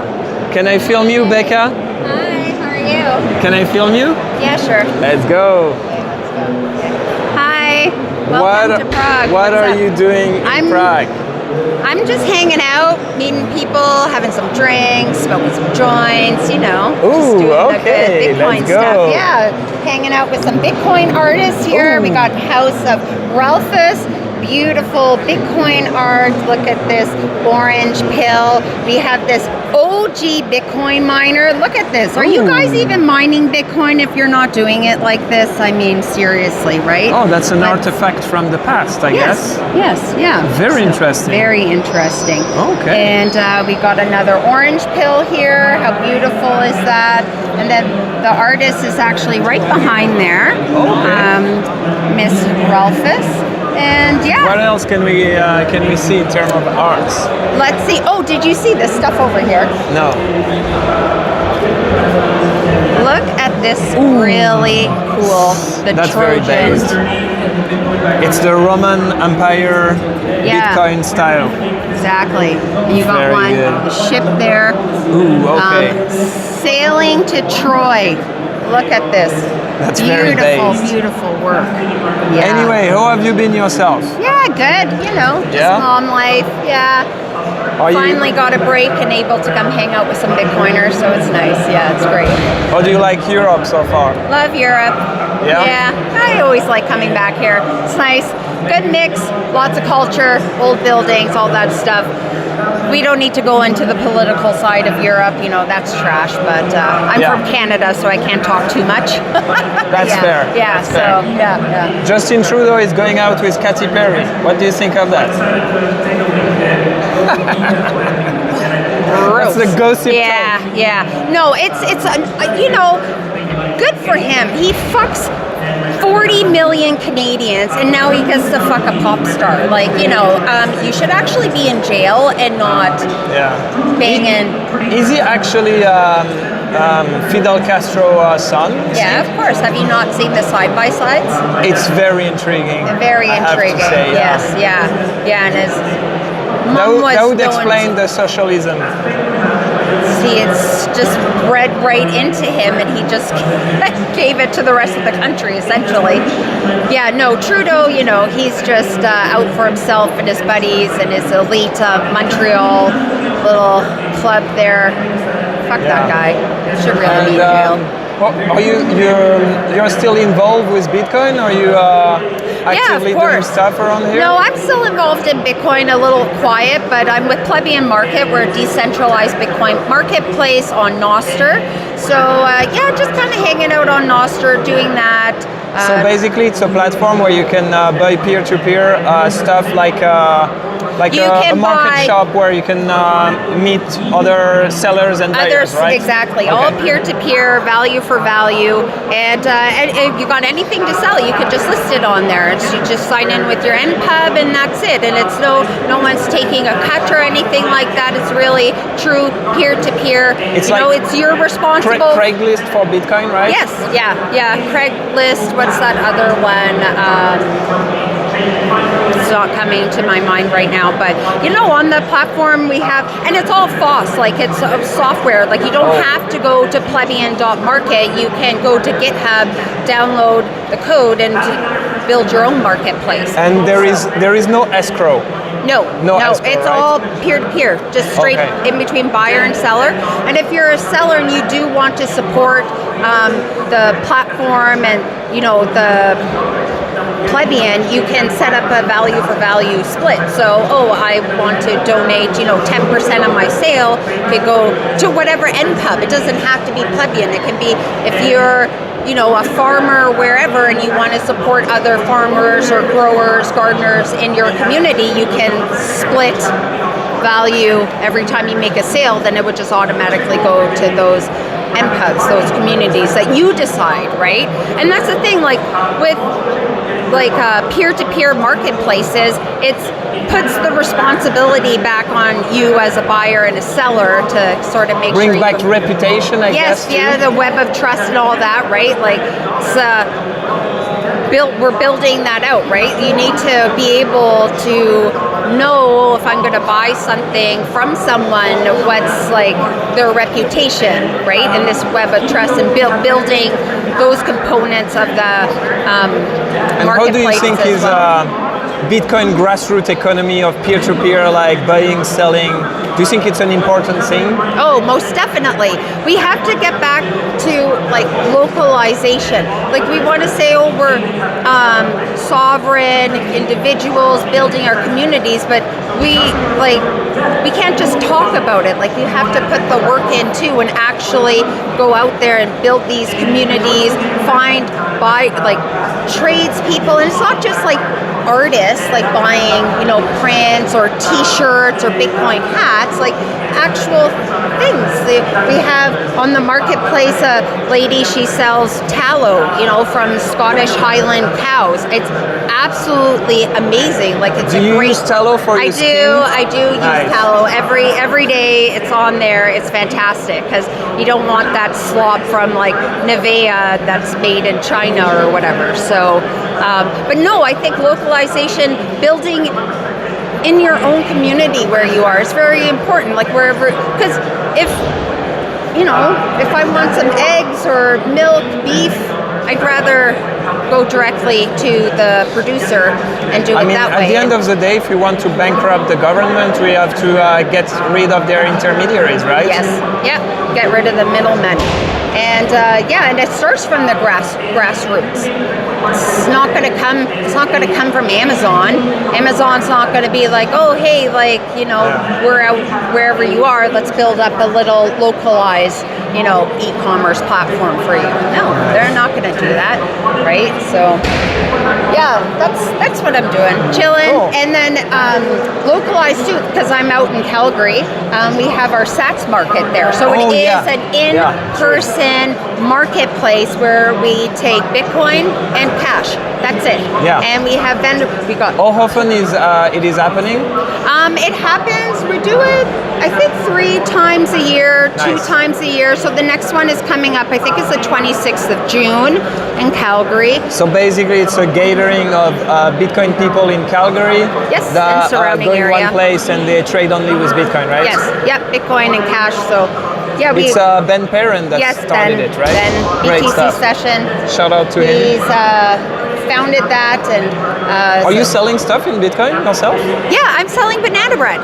Oh. Yeah, I'm going to be there with my Becca's Baked Goods, so I'm selling banana bread there. Yellow gotta buy some of them from you. Yeah, but I got some here. So what? I have banana bread here. Oh, okay. Yeah. I need to. Well, I'll give you a slice later. But yeah, I'll come and buy some tomorrow because I've made the mistake. My Bitcoin wallet is on my phone and I'm filming with it, so I'm cock blocked.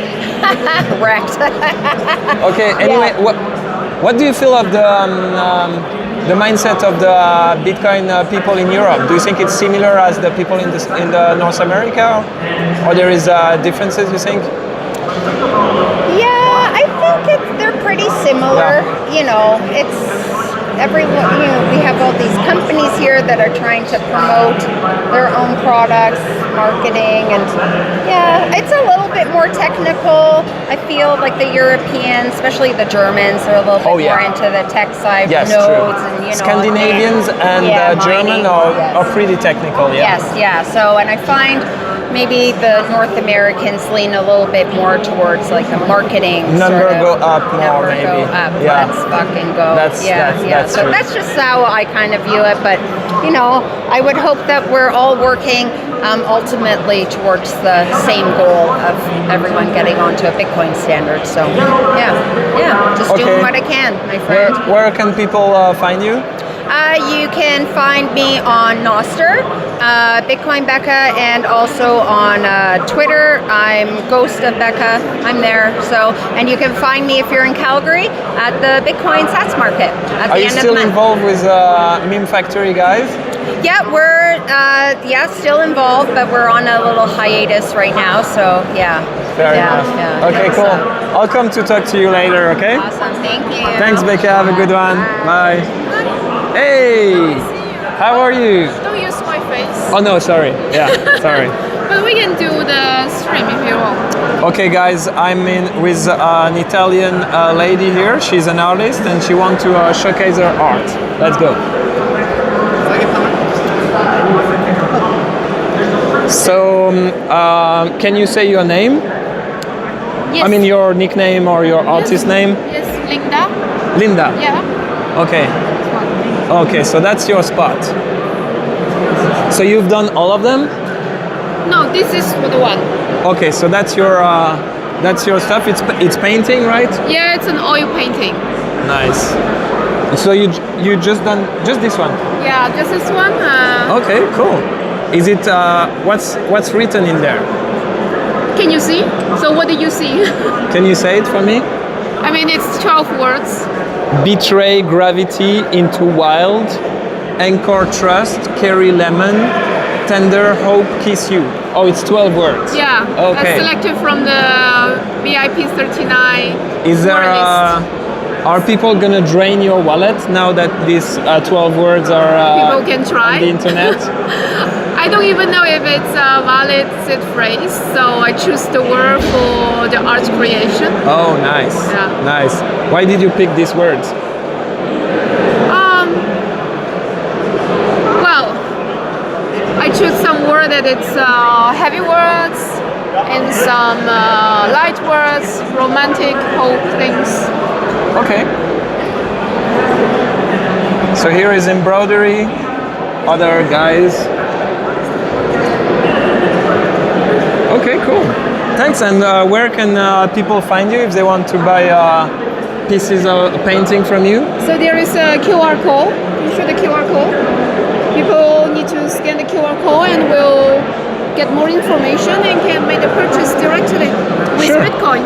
Okay, thanks a lot. Thank you. Have a good day. Bye bye.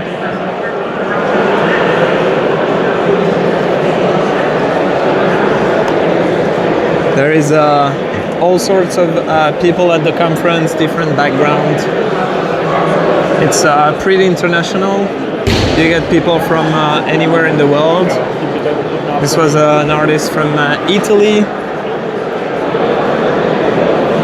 You have lots of North American people.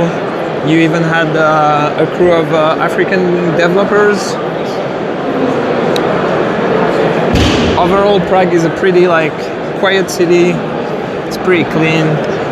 People are very nice. It's not dangerous or anything.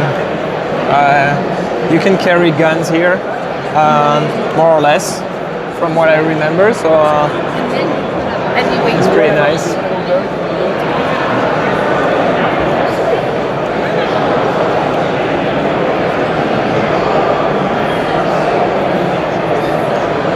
I'm gonna keep walking, maybe show you some interesting stuff happening here.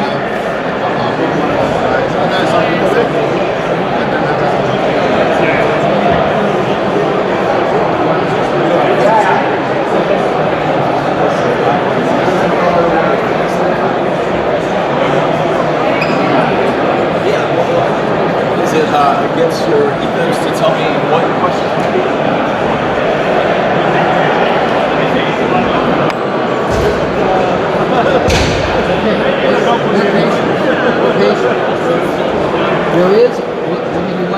Can I film your stall, guys? I'm live on YouTube. Can I film here?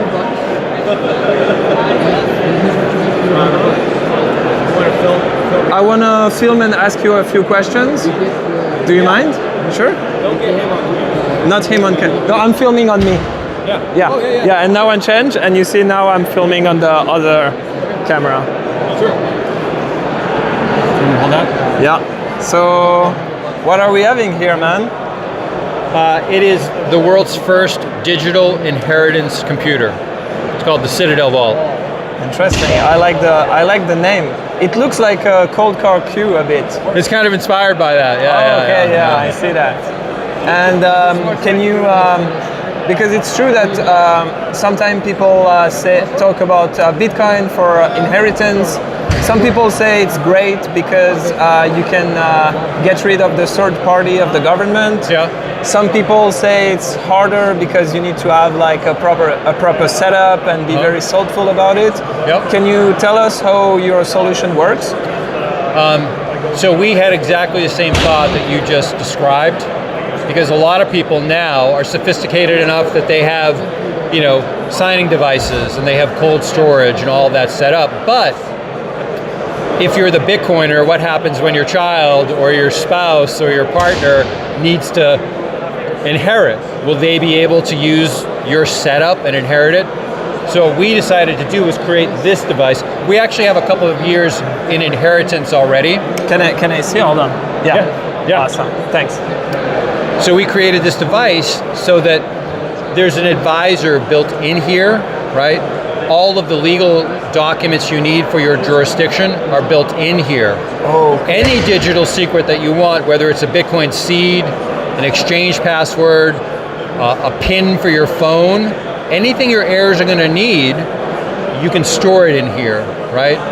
Also for the custody piece, like these cards here are used to unlock the vault, right? There's a password that's sharded and encrypted across these. So when you unlock it, right, you don't want to have two of these cards stored together, right? So for the custody piece, it's got to tell you what to store where, right? So it's really an all-in-one solution that's really well thought out. The great part about it is that, you know, you can go DIY and take care of everything yourself, or now you can go to Casa, Unchained, Nunchuck, and have them give you collaborative custody. Yeah. Right? Yeah, like but you pay them every single year, right? Oh yeah. Okay. Yeah, that was my question. So basically, this is a device. Yep. You just buy the device, right? Yep. It's not like a subscription. There's no subscription, but it has a lot of stuff built into it. It's a one-time fee. Basically, it's like, first of all, it's a hardware wallet. It's not a hardware wallet. No, okay. But it works with your cold card or your ledger or your Trezor. It's right? something on top of your hardware wallet. Yes, it's in addition to it, right? Okay. So, and technically, how does it work? So for example, with a cold card, you can back up the entire device to a micro SD card. And when you do that, you get a 12-word passphrase to decrypt and encrypt it, right? You can take that SSD card, plug it in here, enter the passphrase, and now we have a digital image of your cold card right on this device, right? So it's intended to be able to back up any of your digital all of your digital life is what I say, right? All like your you can passwords. put your testament.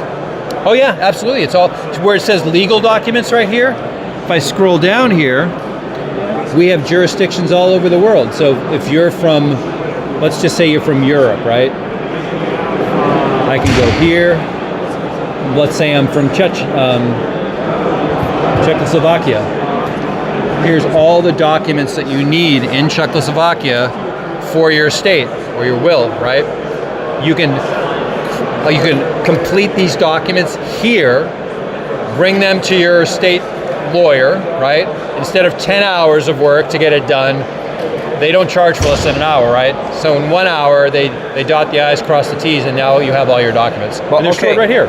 Let's say I have all my documents here. Yeah. If I die, what's happening? I need to give this card to my wife before, I mean, in case it's like, so like if I die, how can my wife or my lawyer can access that? So what's going to happen is when you have the completed setting this up, which only for a simple estate takes about 45 minutes. Once you have that done, you can print up a document that you give to your executor or your lawyer that has all the information that your wife needs to walk through and to find out, like, let's show you right here. So I'm going to go to Open Vault. Oh, now I gotta scan the cards. Yeah. Let's do this. Oops.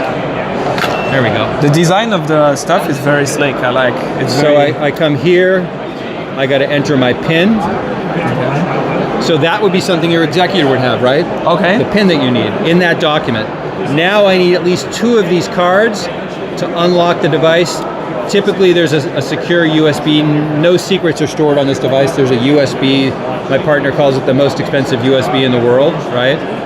It's rated for 40 years. It's a military grade device. So now, can you see here? So this is one of my Bitcoin wallets. It's stored in a Swiss bank, right?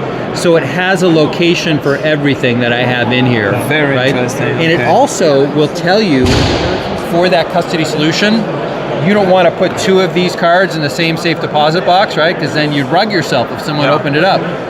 So it will vet that and validate where everything should go.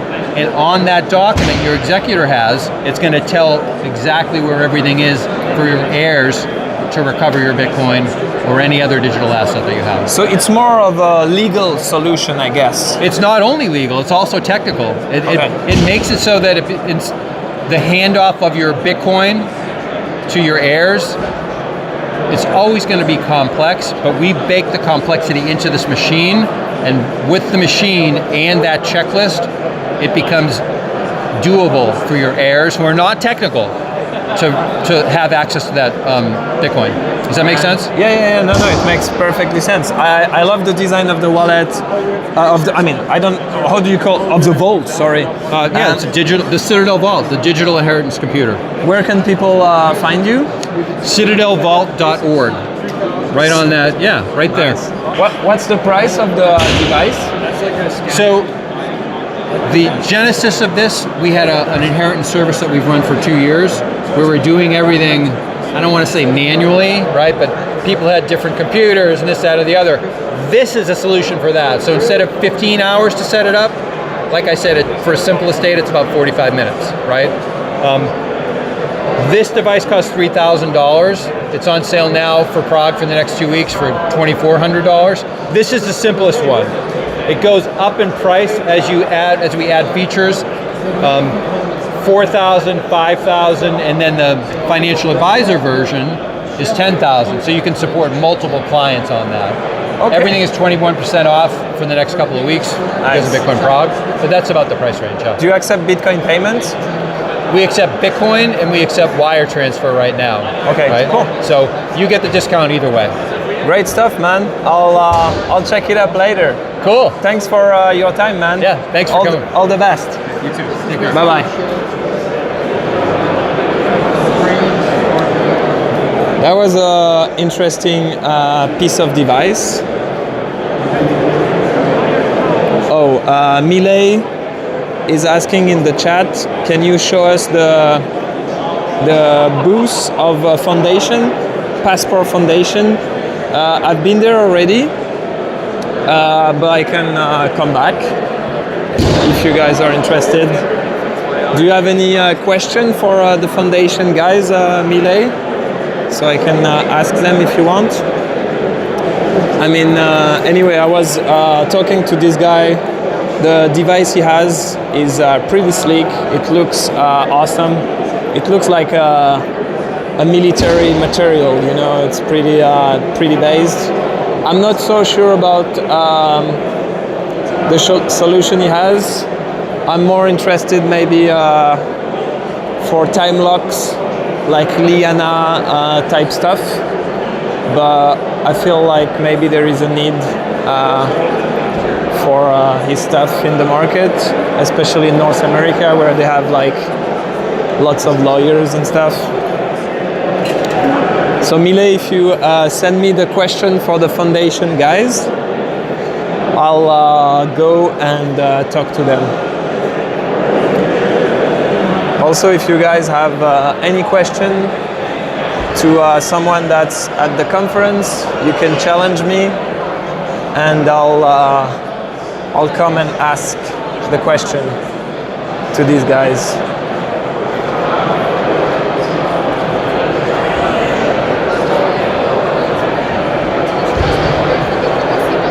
Hello ladies, can I ask you a few questions? No? It's okay. The local people are pretty shy. They are not very talkative. They are not like Latin country, you know? They are more reserved, I guess. Yes, I need to know how it works. Bro, you should be more precise with your questions.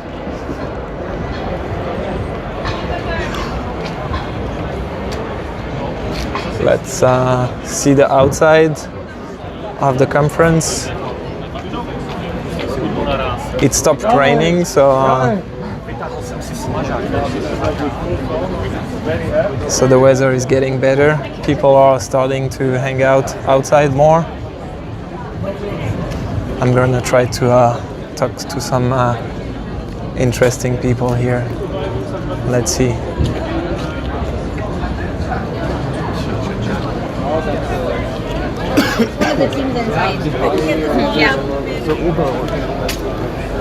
So that's like the main entrance. BTC Prague. They have all sorts of branding everywhere. That's like how big the place is. So you have the VIP zone upstairs. You have all the booths here. We were at the Bull Bitcoin one. They have a stage in the background, the Noster space.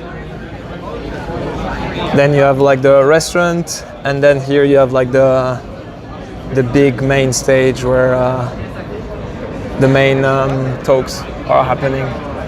So I'm gonna keep going. They recently added new features. Yeah, we talk. Mile, you can watch the previous live I've done this afternoon, and we were talking about this. Hello, how are you? No? Yeah, people are all very shy. The local people are very shy. Hey man, do you want to answer a few questions? 2 minutes. 2 minutes, okay. How are you doing? I am really fine. Great to be here. Where are you coming from? I am from Germany. Okay, how did you end up in Prague? Yeah, for sure for the BTC. I was last year, I was here for the first time, and it was just a great experience and a great atmosphere, and I decided to come back. Nice. What are you coming to listen to some talks, especially to someone in particular, or just the mood in general?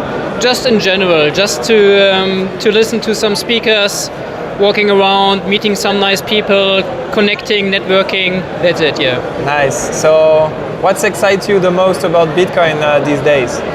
Bitcoin these days. So, except of the bear market and the falling price, I would say.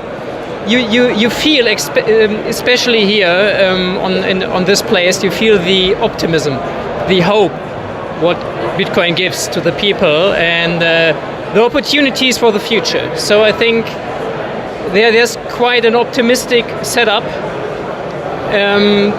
except of the price currently. But I think that will also be just a matter of time. It's great because the price thingy is flushing the tourists, you know? Yeah. This year it's only the solid people, you know? The weak hands are out now, yeah? So, and the convinced people are staying.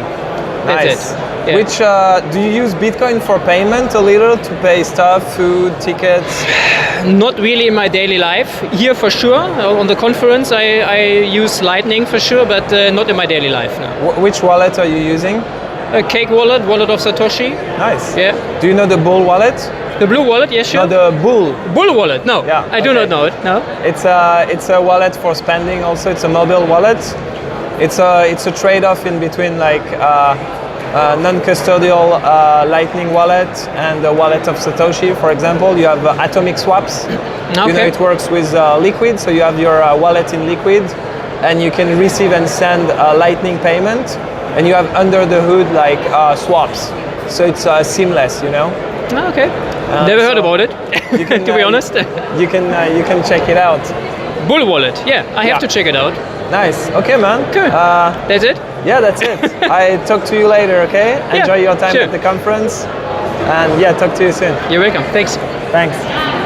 Thank you, man. Yeah, no I'm live, so I'm gonna keep walking around. Great. Awesome. Appreciate, man.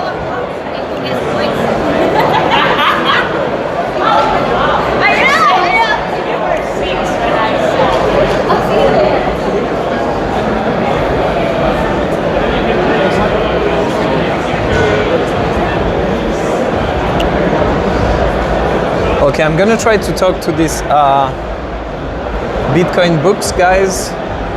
I wanted to talk to Knut, but I don't think he's there. It's okay, I'll come back tomorrow.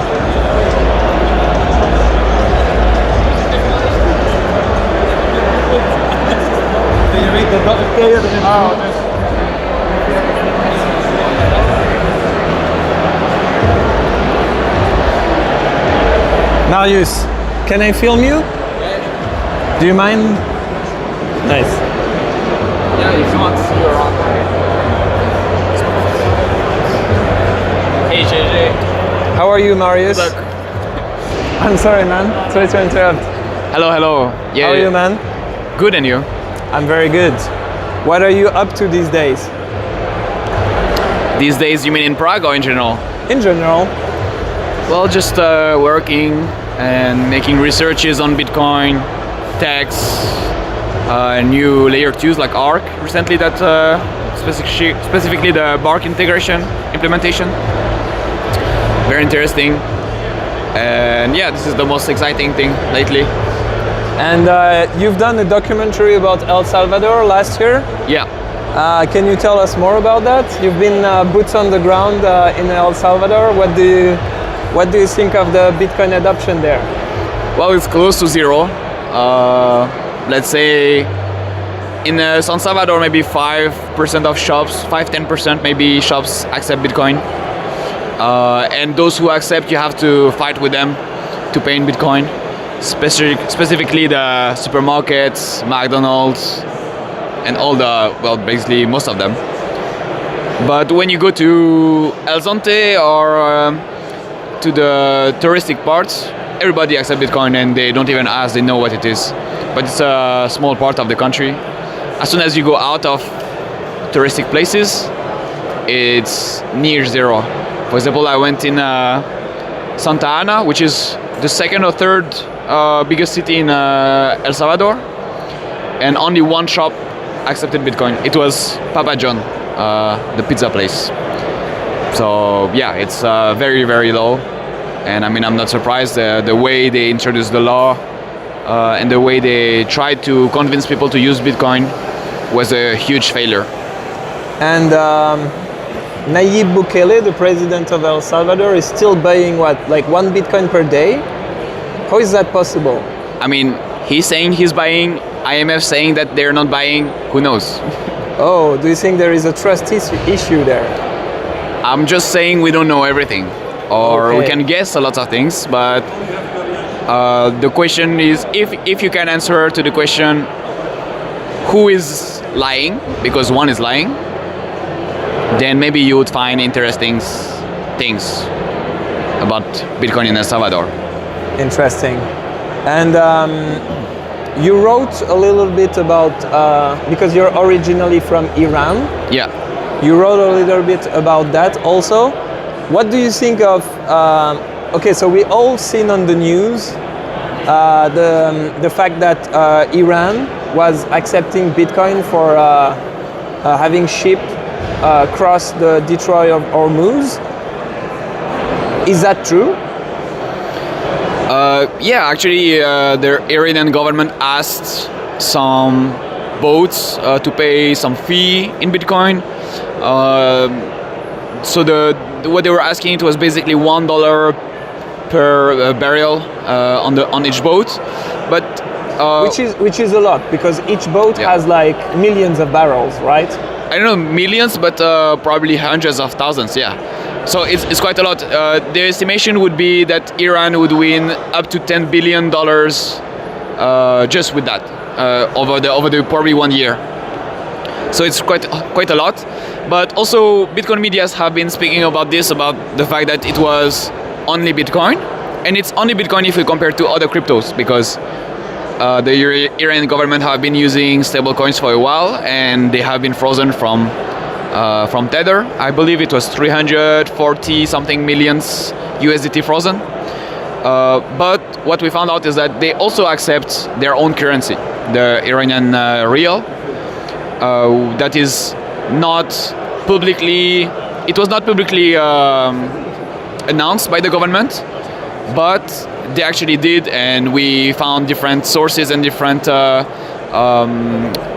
both companies who testified that they paid in Iranian rial that they have bought in some kind of market, probably in Emirates.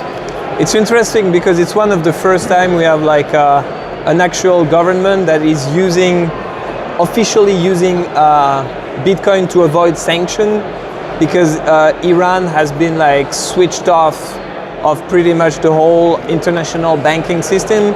So for them, it's not a matter of like believing in Bitcoin investment thesis. It's a matter of like having a non-censorship way of receiving some sort of wealth, of value. So it's very interesting how it's playing out, and how Bitcoin is becoming like a tool for not only like individual, but also government that want to, let's say, contravene international sanctions, right? Yeah, but so all you said is true, except I don't think it's the first time. In my mind, the first time governments or countries or big corporates use Bitcoin to circumvent the US centralization was between Russia and El Salvador. Already 2 years ago, the Ministry of Economy of Russia admitted that some of its companies is using Bitcoin to transact with Salvadorians companies, because, well, Russia is in war since 2022, I believe. So they were cut from everywhere, frozen from everywhere. So the only way to transact with El Salvador, which is a country that is based on, that has for only currency, except Bitcoin, of course, the US dollar, then the only way for those two countries to make exchanges, it's with Bitcoin. Yeah. And so this was the first case, at least to the cases that we know. Then this one also, so the Iranian one is the second. And also lately we hear about China and Russia paying energy, barrels, oil, gas, and everything with but Bitcoin. It's more shady. We don't know really if much. It's true how it works, and it's not really to circumvent the US dollar, because the US dollar never have been really between these two countries. So it's just maybe a small part of their exchanges that is onto Bitcoin. But yeah, so I agree with all what you said. Of course, Bitcoin is really finally having its state scale usage, which is avoiding the US and the US emperor censorship. Yeah, either you like it or not. We're not like taking a side here. It's a war. It's all bloody people all over the spectrum, but yeah, it's interesting that Bitcoin can be used as a tool to be more sovereign, the same way as an individual you want to be. And what makes you okay? So some people say we're in the bear market. Some people say we're not. What makes you optimistic about the future of Bitcoin right now? Well, I'm optimistic because Bitcoin is still the same since 4 or 5 years. It didn't change. Well, some people could argue that all the drama around op returns and everything, yes, of course, there is some concern about it, and all the meaning that it has above just the technical change that happened, but it's all the meaning that it has that is important to take in mind, to keep in mind. But it's still Bitcoin is still the same. It's still going like TikTok next block. People still can use it from anywhere around the world, even if you have a bad internet connection. Sometimes even if you don't have internet connection, you can use Bitcoin. And I believe I'm not optimistic about Bitcoin in a sense that I think governments will start to censor more. And by censoring, I mean not prohibiting the usage of Bitcoin, but maybe increasing taxes, maybe making the regulation more complicated. And little by little, using Bitcoin will be harder and harder. And so I'm not optimistic for the adoption of Bitcoin, but I'm optimistic for the possibility for Bitcoin to survive to this. And over the long run, Bitcoin will succeed. because in my mind, in my opinion, is the most strong currency that we have, and it will. Do you know? I think it's paradoxal, but I feel like the more governments are fighting bitcoins and like pushing their agenda of more control, more less freedom, less sovereignty about like money, norms, inflation, all of that, the more it's a paradox to me, but the more the use case of Bitcoin is gonna shine, right? Yeah. The more they fight it, the more they make it relevant, right? Yeah, exactly. I mean, it's like there's this article written by the European Central Bank 1 year ago, something like that. That in the same article, the people from the central bank said at the same time in the same article that Bitcoin is not a currency, and at the same time that it is a currency but for criminals. So by trying to fight Bitcoin, they actually just put a spotlight on it, and people who will understand why they put a spotlight on it and why they fight Bitcoin will understand why is it useful, and they will just use it because it's just natural selection. If you don't use it, then you will be beaten by people who use it. I think one of the angles they kind of stopped talking about is the CO2 emission, global warming argument. I feel like it's getting a bit down because even in the lefty circles and in the like carbon hysteric people, people that are a bit smart understand that you can use mining for controlling the grids and managing electricity production and heatings and AC during the winter. So I feel like this argument now is getting out of their equation a bit. Do you think so? I agree, because I think the madness of renewable energy, for example, that we saw in Germany, opened the eyes of lots of people. I'm not saying that renewable energy is trash in general. I'm just saying that the way Germany wanted to implement it was trash. Oh, basically they got rid of nuclear energy, and now they are using coal. Yeah, exactly, because 100% renewable energy is not reliable. What is reliable is a mix of lots of energy, so fossil energy, nuclear, and renewable. And I think this is opening a lot of eyes to lots of people, and especially, well, I know mostly about France and different countries in Europe. I don't know where it is exactly, how it is in other countries, but people are slowly understanding how nuclear energy is good for humanity, and understanding that we need to consume more energy if we want to keep humanity to progress. And the best way to do so is to develop nuclear plants as well as renewable energy plants.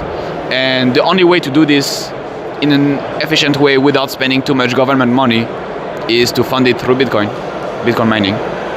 Nice. Are you using Bitcoin to spend here, buy food and stuff like that? So of course I don't have any Bitcoin, but yes, I do. Which wallet are you using? Well, right now I was trying the Noah wallet. Noah wallet, the new Arc, Arc wallet from Bark implementation. But actually it's not working on the POS machines because it doesn't handle the LNURL yet. So we'll have to wait a bit more. But basically I use a bit of Phoenix wallet still and a bit of Bull wallet as well. Why do you like Bull wallet? Well, it's cool mainly for the liquid ability that we can just use easily transactions that are more private. I don't like the fact that it's slow, but I know that it's we cannot change anything. It's liquid that is a bit slow. So that's why I like to dynamically manage my BTC between my daily Bitcoin between Liquid and Lightning, different wallets. So yeah, right now I am around the 3, and I use also the Arcade wallet. That is pretty cool with the really low fees. And yeah, because the Bull wallet is like work with liquid blocks, right? Yeah. So I think on average a liquid block is like every 1 minute. Yeah, 1-2 minutes. Yeah. Yeah. So on average, a transaction will take like 20, 30 seconds, something like that. Yeah, it takes sometimes. To me, it's fairly to have like a payment that takes 30 seconds. It's fair, but sometimes when you're used of like wallet of Satoshi or custodial Bitcoin, Lightning, sorry, yeah, it can feel a bit like longer, yeah. Yeah, for sure. But that's why I think ARC is changing a lot. But for now, talk about ARC. Can you explain ARC to people that are not aware? Yeah, so maybe to make it simple, ARC is basically like, so ARC is, when you use ARC, you don't have UTXOs, but you have VTXOs, which is basically the same, but it's held by a server, a single server. So it's similar as a custodial wallet. ARC wallet is the same because you have a server behind, except instead of Wallet of Satoshi server, it will be an ARC server. It can be any server from anyone. But basically, this server holds the funds. But the difference is that it doesn't really hold the funds. This is the trick, is that this server cannot spend the Bitcoin or the UTXO for you. And at any moment, you can come back on-chain and you can just give an on-chain transaction, and in one button, you can come back on-chain. Of course, the fee can be a bit high, so it's not good for a few thousand sats. But if you have funds on ARC, at any moment, you can come back on-chain unilaterally, meaning that you don't need the agreement of this server. And this server, as soon as you have a commitment, as soon as that you have a confirmation on-chain of the state of all the transaction and all the UTXO and VTXOs that he has, then he will not be able to spend without your authorization.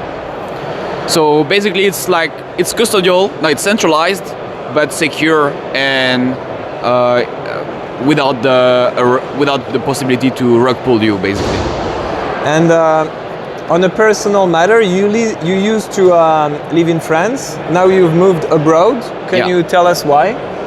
Well, mainly for love. I know you know the answer, but not sure. Yeah. No, I knew the answer. Yeah. I left at first France because I wanted to. Well, I was crazy after the COVID and the lockdown. I wanted to see other places and to be independent because I was still living with my parents and everything.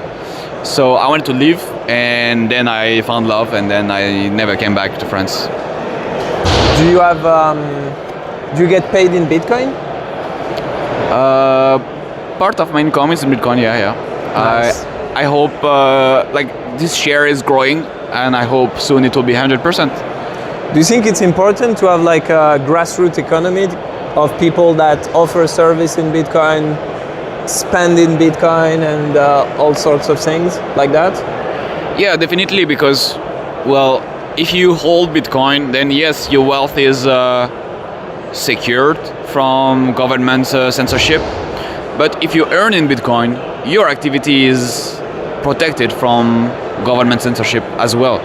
So this is the most important, because right now the economy tends to be more and more centralized and more depending on the government, and depending on the government will. So if you decide to stop earning Bitcoin, earning fiat, and you start to earning Bitcoin, then you're just independent. So yeah, I don't think I need to be more precise about it. I think everybody understood what I mean. It's still important to let people know.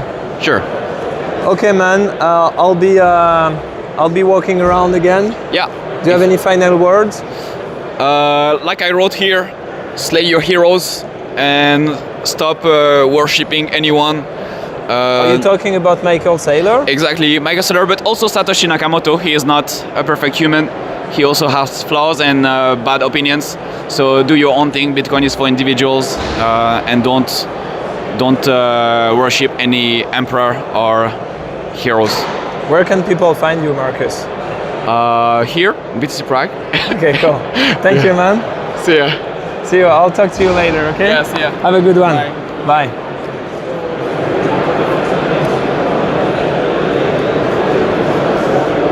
Very nice to talk to him.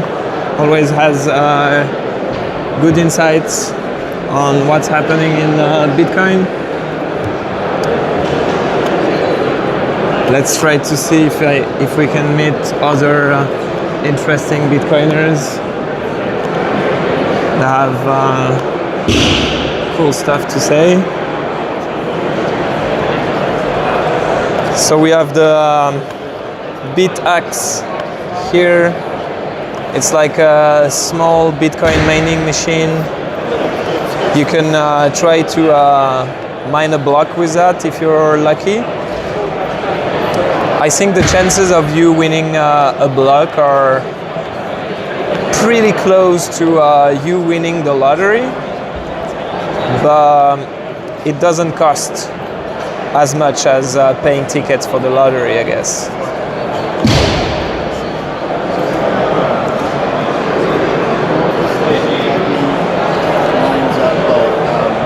Yeah, Marcus is a great guy, Millet. Let's see what we have here. The Madex. Madex is everywhere, man. He took over the Prague conference. Bro loves his machine guns.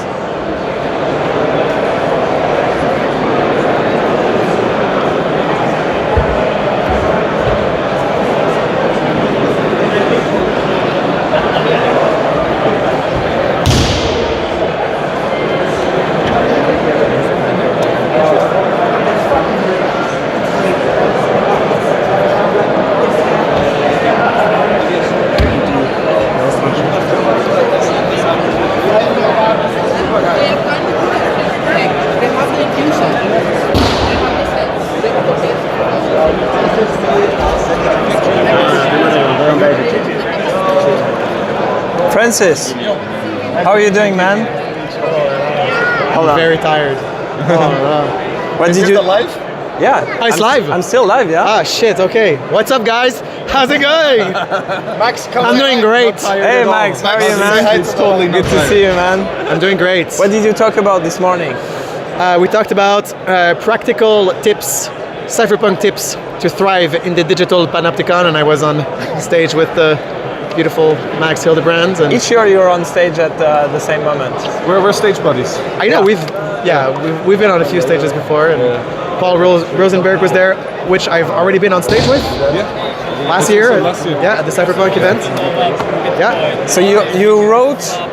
Can you tell us more about that? Yeah. So this book is The Sovereign Individual, and it's translated in French by Consensus Network, good friends of ours, and. This book is one of the, I would say, probably top 5 most influential books that I've ever read. That not only to help me understand Bitcoin, but where the world is going and how to profit from essentially the collapse of the nation state. And there was a big project by these French Bitcoiners to translate it in French. So I wrote the foreword for it, which I was very honored to do. I think it's a pretty good foreword. And then Madex did the cover art, which I think is splendid. I'm really happy because this book was not known at all by the French public, and now I think it's like #1 bestseller in France in the economics category, I think. In economics, it was first for a while, and now it's #1 in cyber culture. Cyber culture, right? Which is like internet culture, kind of. So that's it. Nice stuff. Yeah, cool. What are you enthusiastic about in Bitcoin these days? I have to convince you to go. A lot of things. I'm not black-pilled. I think Bitcoin's doing great. I think that tons of technologies are being built to make trustless or trust minimized payments way easier. I'm excited about ARC. I'm excited about what Bull Bitcoin is doing with the wallet. A lot of people are black-pilled because Bitcoin has been taken over by Michael Saylor, and Bitcoin has been corrupted by BlackRock, and Bitcoin is losing its soul to institutional investors, and of course it's complete bullshit. I spent a lot of time here at this conference discussing with a lot of cypherpunk builders. Everybody's as busy as ever building cool technology, and I think Bitcoin's doing great. Nice. It's not your first time in Prague? No, this is my second time in Prague, and it's a great conference. Super high signal, a lot of cool people here. Great talks. And I think this is probably my favorite conference. Yeah. Nice. Okay, cool, man. Yeah. Can you give like a bit of? People are asking a lot about what's going to be the new features in the Bull wallet. Can you give some exclusivities, maybe? Yeah, of course. One of the things that we're working on. So a lot of the features that we're working on are actually kind of like core back-end stuff. One of the things that we're working on closely is multiple wallets, having multiple wallets. So the ability to generate new liquid wallets, new Bitcoin wallets, and manage them properly. We're working on... so it will help for privacy and management. Yeah. I guess you can segregate, let's say, spending, KYC, and all sorts of things, right? Totally. Working on some kind of virtual point-of-sale solution is another project that we're working on. We're working on Lightning addresses in the wallet. We're working on Trezor integration in the wallet. And another one that we're working on is silent payments. Okay. So we've been working on silent payments for almost a year. Can you explain a little bit how it works for people that aren't aware? Yeah, sure. So silent payments is the ability to generate a single address that you can reuse many times without compromising your privacy, because the best way to fuck yourself in privacy in Bitcoin is to reuse the same Bitcoin address. But it's really useful to reuse a Bitcoin address because you can put it on your website, or when you're on an exchange and you want to have reuse the withdrawal address, so you don't have to take a new one every time, or as a merchant, or if people are sending you a lot of Bitcoin, you say, oh, just send it to the address I already gave you. So it's convenient to reuse an address, but it really, really damages your privacy quite a bit. And silent payment is this new technology that allows you to reuse your address, but without compromising your privacy. However, it's very difficult on a technical level. There's cryptography involved, there's network technology involved, so it's not at all easy to integrate. There's only 2 wallets in the world that I know of that really made it work. There's Sparrow, which released it a few weeks ago, and Cake Wallet, which has had it for quite a while. I think like a year maybe or something like that. So this is a privacy preserving feature that we put a lot of effort into doing research and development because it's so new and it's so difficult to implement that we wanted to do it right. And after spending so much time on it, we think that we have a very beautiful engineering solution. So working on privacy, working on payments, same thing that we always work on. We work on security, privacy, and payments. Nice. There's nothing else to do with the wallet. There's no shitcoins, there's no DeFi, there's no yield, there's no this, there's no that, but just offering interesting technologies that improve the security, the self-custody, or the payment speed and cost, or the privacy. You've been in Bitcoin for a long time. You've been to lots of conferences in the past. Do you have pleasure looking back at the friendship you've made? I saw you talking with Giacomo and stuff like that. How it is important for you to have a circle of like-minded Bitcoiners around you? Yeah, it's absolutely critical for us as Bitcoiners that are on the edge of, we're facing collapse of our respective home states, especially in Europe, Canada, and Australia, and the UK, and we are thinking about creating alternative organization systems, and your circle of trust and your circle of people that you can rely on and exchange ideas with is absolutely critical. And of course, for me, after doing I don't know how many conferences, like 100, this is kind of like my tribe, right? This is my people here, and when I go back to my normie life, I have normie friends. But it's not the same thing as the people here. We can exchange secret knowledge and private knowledge that we don't want to share with regular people.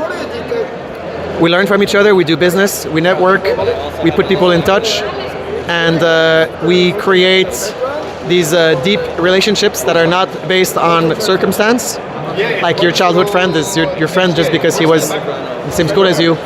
You didn't really choose necessarily your friends when you're young. They're just friends of circumstance. And here it's a very conscious selection of individuals that you choose to develop relationships with.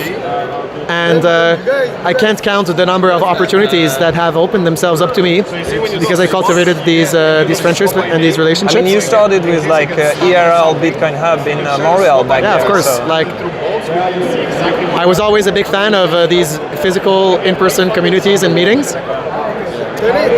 It's not the same. You cannot establish levels of trust online that you can by looking at someone in the eyes and shaking their hand and understanding who they really are. And we live in an age of deception.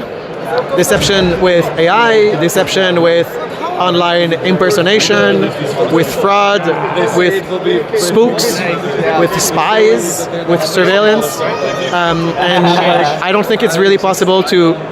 You can make really good relationships online, don't get me wrong, it's totally possible, but you cannot reach the level of trust that you have with... You're seeing that firsthand with Bull Bitcoin support. Yeah, of course. On a daily basis, I guess. Yeah, 100%. Like, people can get impersonated and that kind of stuff. And also, like, what I really like about these conferences is we get to meet the clients in real life. And some of the clients, you know, they don't want to complain online, and when you meet them, they give you, complaints, and that's really important, valuable feedback. They say, hey, I want to talk to you about something about the wallet I don't like, or about the exchange I don't like, so I get that feedback. This morning I was talking to a guy. He was like, I'm super happy with Bull Bitcoin because I've been using Coinbase for 5 years, and I couldn't get anyone on the phone. Yeah. And as soon as he switched to Bull Bitcoin, he got someone on the phone straight up. So we helped them with banking and all of that. Yeah. So he was really happy about that. Yeah, and it's also very motivating for the team to come to these events because we don't always appreciate how much of an impact we have on people's lives when we're working, but very often at these conferences, this is very common for the Bull Bitcoin team, people come up to you and they say, just thank you. Just thank you for what you're doing. Thank you for all the work that you're putting in this. A big fan. And that's very, very highly motivating to know that the hard work is appreciated. And it's very touching. And yeah, like all the clients coming up to us, and it's very important for us to understand that the client is a human, and I think that's one of our core strengths and values. Like, these people are humans, they have special needs, they have completely different personalities than us, and if we don't understand who we're dealing with, then we cannot build the product that best suits them. I don't think you will see the CEO of Coinbase having a beer with plebs and discussing their concerns and what motivates them. And I think that makes us quite different. As you can see, I don't hang out in the VIP area with the other influencers when I'm at a conference. I'm at the booth. I do wallet support. I help people install cold cards and Spectre wallets and that kind of stuff. And I love it. Like, this is my biggest passion in the world, is helping someone to onboard to Bitcoin, and I get to do that at the conference, so it's great. Do you think the fact that Bull Bitcoin is fully self-funded is a strength or a weakness? Oh yeah, of course it's a strength, because when you're operating on a budget, first of all, you have to value your clients more than anything else, because a VC-backed company, their goal is to raise more VC in the future. And their goal is just numbers, like acquire as many users as possible and grow, because you're trying to raise money from the next VC and the next VC and then finally do your IPO. And if the customers don't come, then you can still get a bailout from investors, whereas all of our revenue comes with the customer. So if the customer is not satisfied, we're fucked, really. Like, if we lose customers, we can't pay salaries anymore. We need to cut costs, and everybody at the company is aware of that the customer always comes first. And of course, another strength is that we can tell anyone to fuck off. Like, we don't need to answer to anybody. I like to hear people's opinions sometimes about Bull Bitcoin, but also, like, I don't really care. I don't care about people's opinions that much, unless you're my client. If you're my client, your opinion is very important. But if you're another influencer or something like that, like, I don't really care. So I like the fact that we don't need to listen to other people's advice, like VCs, and also. Just running a business generally, if you're not VC backed, you have to be very smart, very strategic about your resources. For example, like our biggest strength as Bull Bitcoin is guerrilla marketing. We're very good at guerrilla marketing, pleb marketing, organic marketing, because we don't have a big marketing budget. So we're very strategic, and we put a lot of effort in cultivating these great relationships with all the plebs. And the plebs are our greatest marketing team. Our greatest asset is our community. And of course, if you have tons of marketing budget, then you just put ads on Facebook and ads somewhere, and you don't really need to cultivate this community. So it's hard not to have VC investment. It's hard because when the market goes down in Bitcoin or it's flat, there's not as much volume, so you got to be very careful, and you have to be very strategic. And there's some things that we wish we could do that we can't do because we don't have the resources. But at the same time, it means that every dollar we spend is very, very strategic, very conscious, and it's spent very well. So I'm very glad that we never took VC funding. I think people also appreciate that. Like the clients appreciate that, the public appreciates that. It's in line with Bitcoin ethos, I guess. Yeah, absolutely. Yeah. And are you going to spend the summer in Europe? Or are you going to travel around the continent? Or are you going to come back to Costa Rica? I mean, I love Europe. The best thing about Europe is when you don't live there. And of course, I live in Switzerland now. No, but the best thing about Europe is when you don't live there, because you can enjoy all the great things about Europe. The culture, the food, the people, the landscapes, but you don't, have to pay the taxes, and you don't have to live under the yoke of the tyranny. I love Europe. Yeah, I'm gonna spend some time in Europe. Nice. Yeah. Okay, man. Okay. Final word. Okay. No, I'm good. I'm very tired, guys. Yeah. It's I'm jet lagged, and it's 5 p.m. So thanks, JJ, for the interview. No worries. I'll talk to you later. Thanks, Francis. Give me one of these. Thank you. South Korea. I hope you're flipping wearing that same. I'm joking. I'm actually going to keep that. Is building a fellow with that? No, his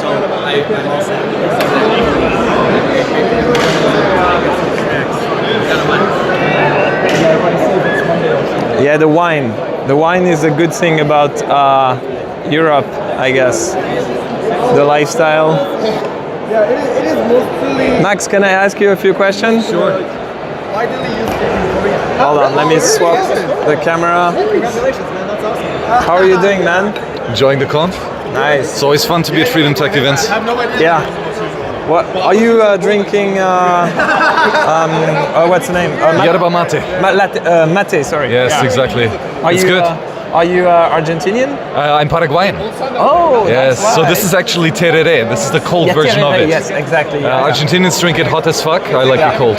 Yeah, in South Brazil also they drink that. Okay, okay, nice. So what are you gonna talk about at this conference? Honestly, I don't know. Something cypherpunk, freedom tech, rah bullishness.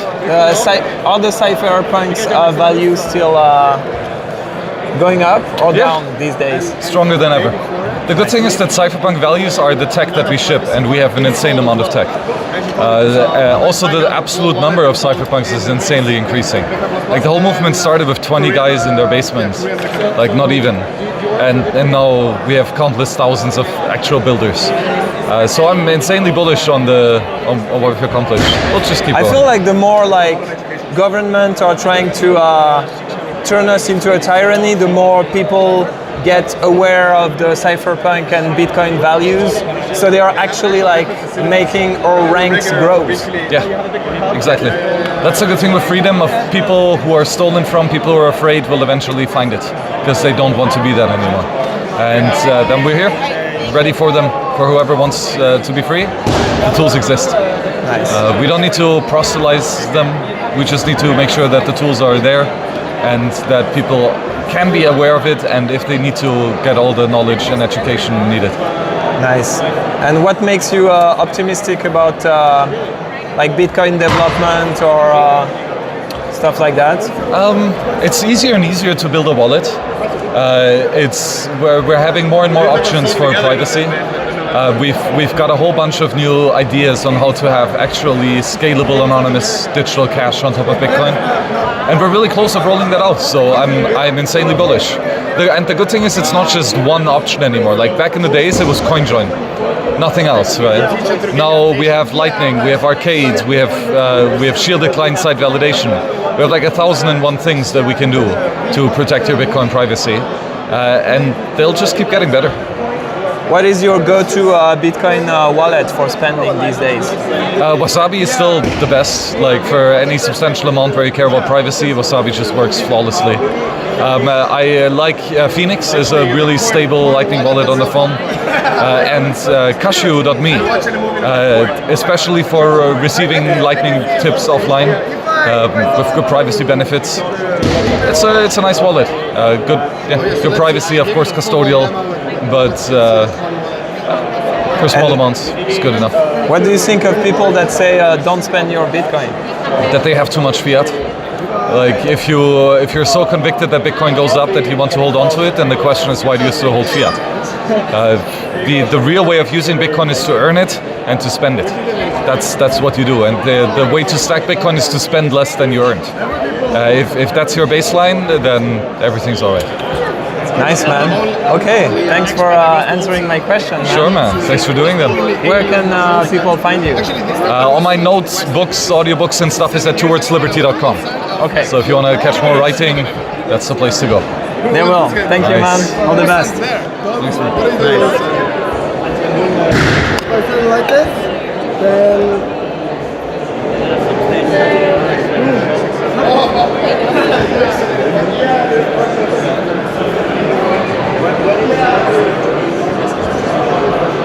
okay, let's walk around.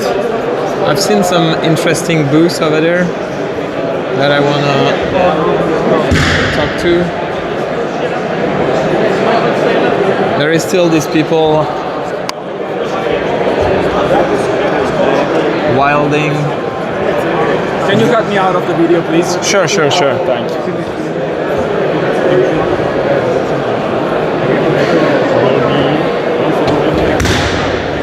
Damn. One more. This is close to all-time high.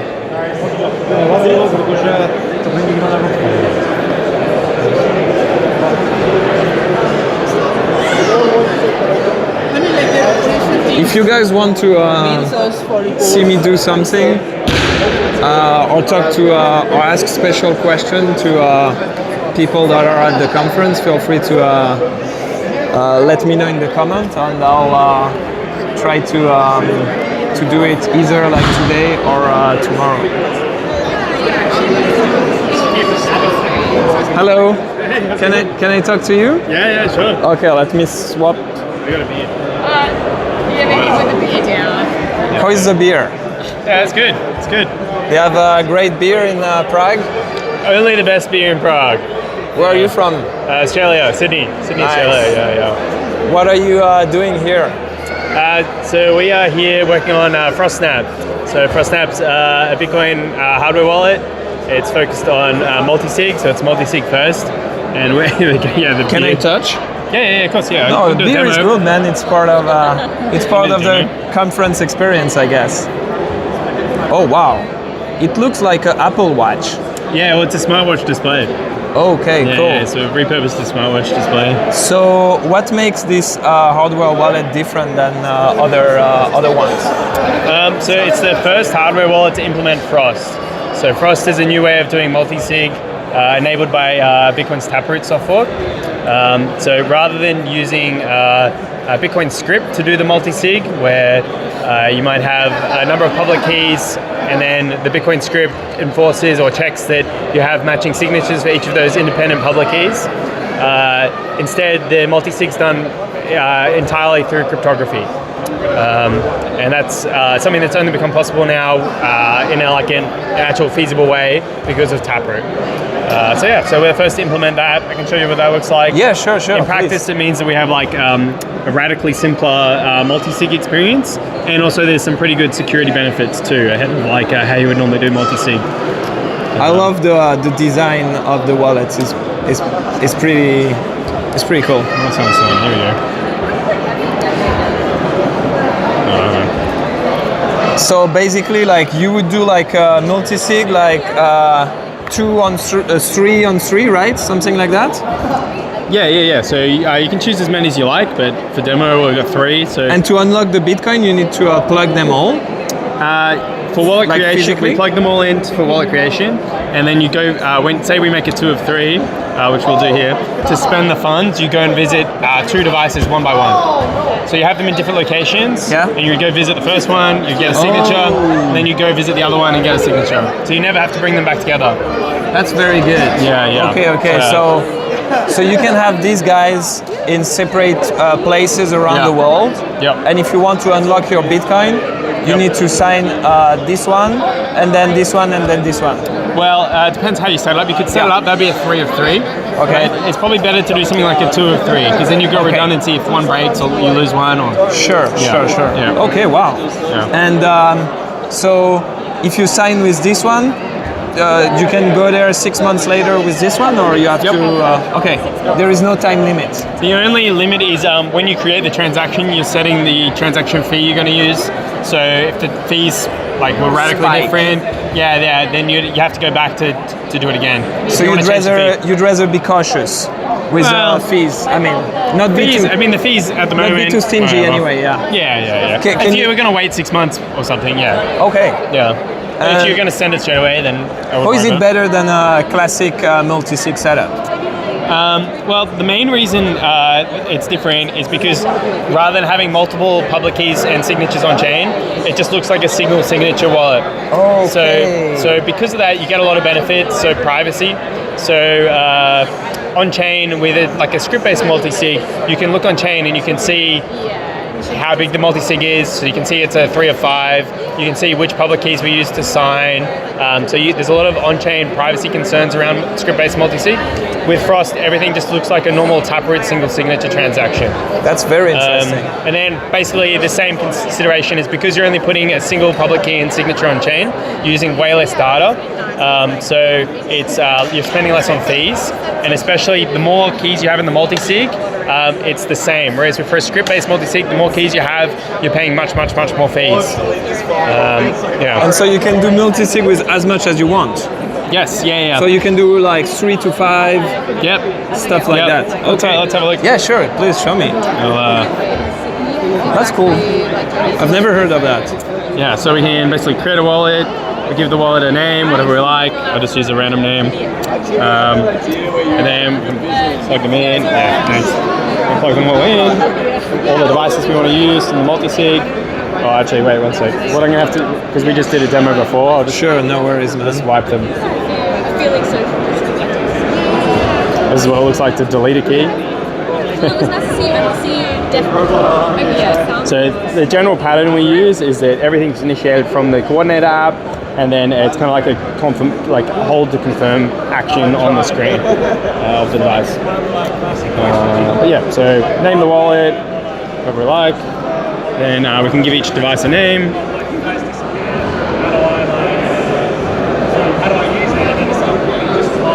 And then continue. Each device is going to do some preparation. What's happening in the background now is each device is generating nonces and then sharing them with the coordinator, but it's just a technical detail. We just wait for it to complete. It's not too long. So now it's creating it. Not yet. What's happening is we're pre-sharing nonces, which are going to be used for signing later. Okay. The next stage now, we select the threshold, and then we'll do key generation. Okay. So here we've got 3 devices, and we're going to choose what the threshold is. So whether 1 of 3, 2 of 3, 3 of 3. Yeah, so 2 of 3 is make more sense, right? Yeah. We'll do 2 of 3. So generate keys. And then at this stage, every device and the phone as well are all contributing randomness to the key generation. And then so the key is generated offline, right? Yes. Yeah. Okay. Yeah. and every device and the phone are able to check that their randomness was included in the key.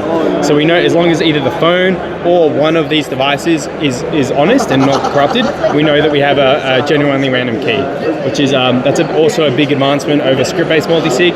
With script-based multisig, each of the devices just generates its own key independently. So if it was malicious, then you would be able to generate a malicious key and you'd have no idea. Whereas with Frost, because it's interactive, as long as you have one honest device, then you know that the overall key generation was done honestly. Are you called Alex? Yeah. Okay. Millet, say hello. That's sick. Yeah, it's a French pleb. Oh, okay, sick. And then at this stage, they all generate this short keygen check code, which we just check is the same on each device and on the coordinator, and that's how we validate that keygen was done correctly. So we confirm that.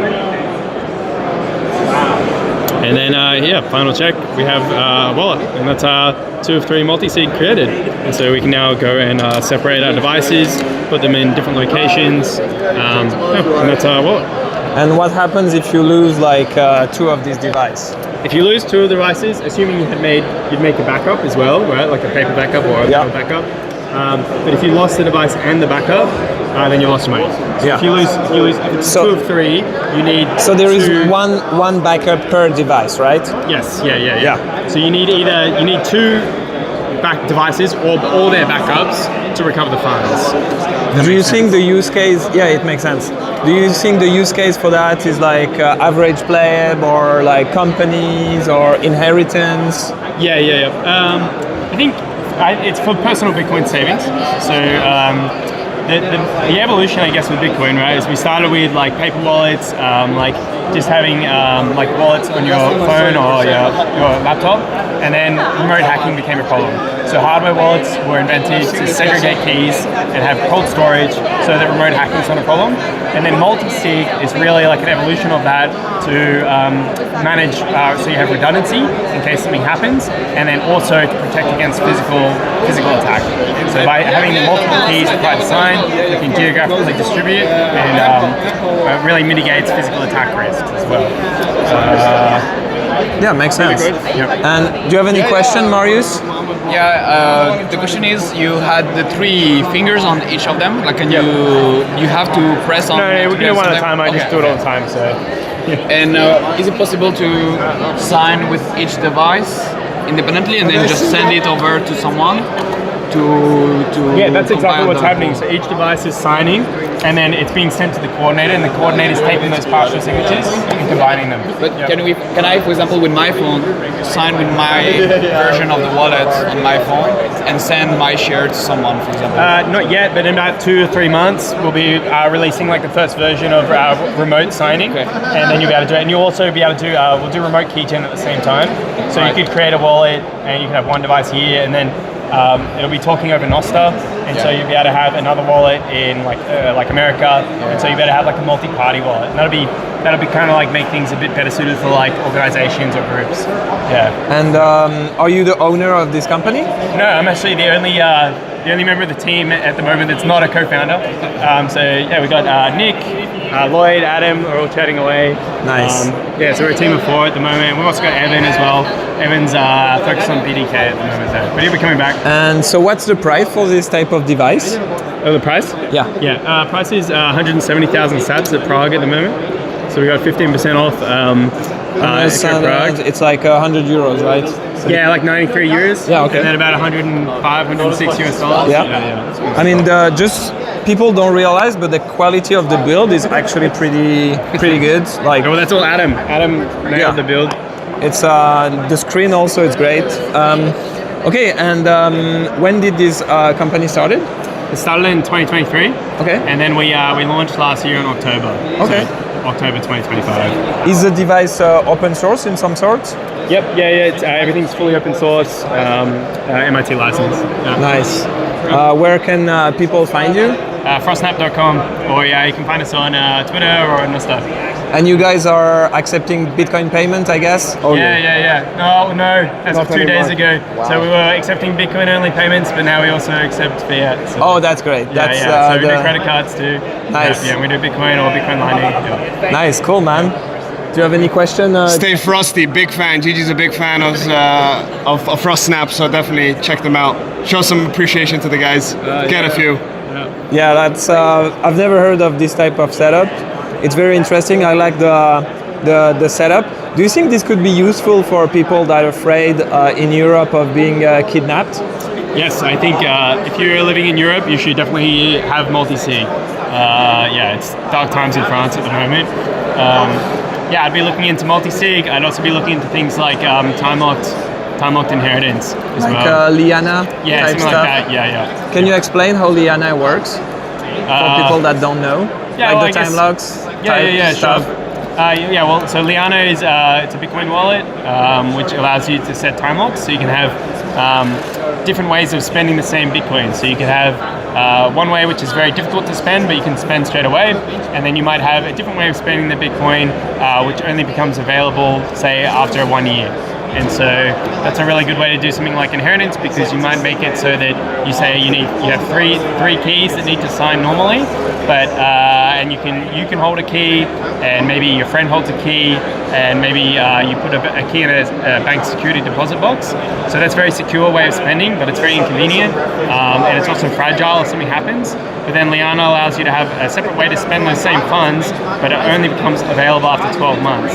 So you could have just a way of spending after 12 months, which only requires one of those three keys. And so that it's a good way to have a lot of redundancy while at the same time protecting yourself, because you have to wait 12 months to access it.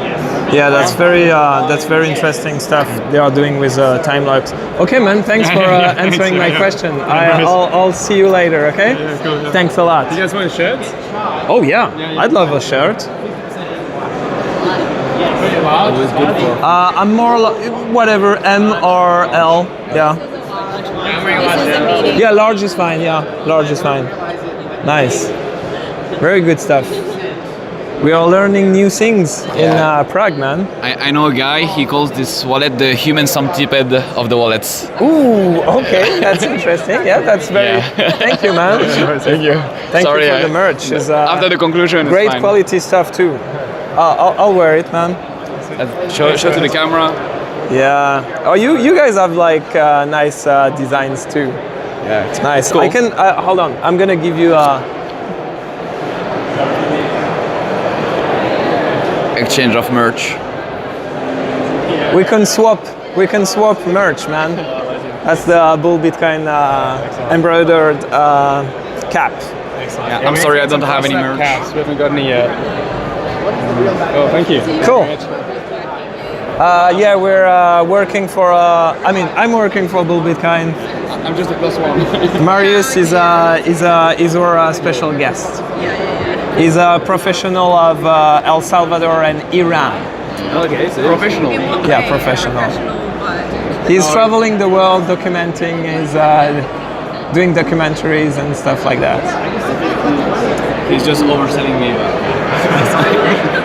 See you guys. Bye bye. Salut Marius. Ciao. I'll see you tomorrow. Yeah, see you tomorrow. Sure. See you tomorrow, man. See you tomorrow. Nice seeing you. It's still going live. Yeah, I think we can close up because it's almost 6 now and people are starting to leave. So in 1 minute it closes, so maybe we can do closing remarks. Oh yeah, closing remark. What did you think about this first day? It's been really good. Above and beyond expectations. A lot of people came to show love, to show support, to ask a lot of questions.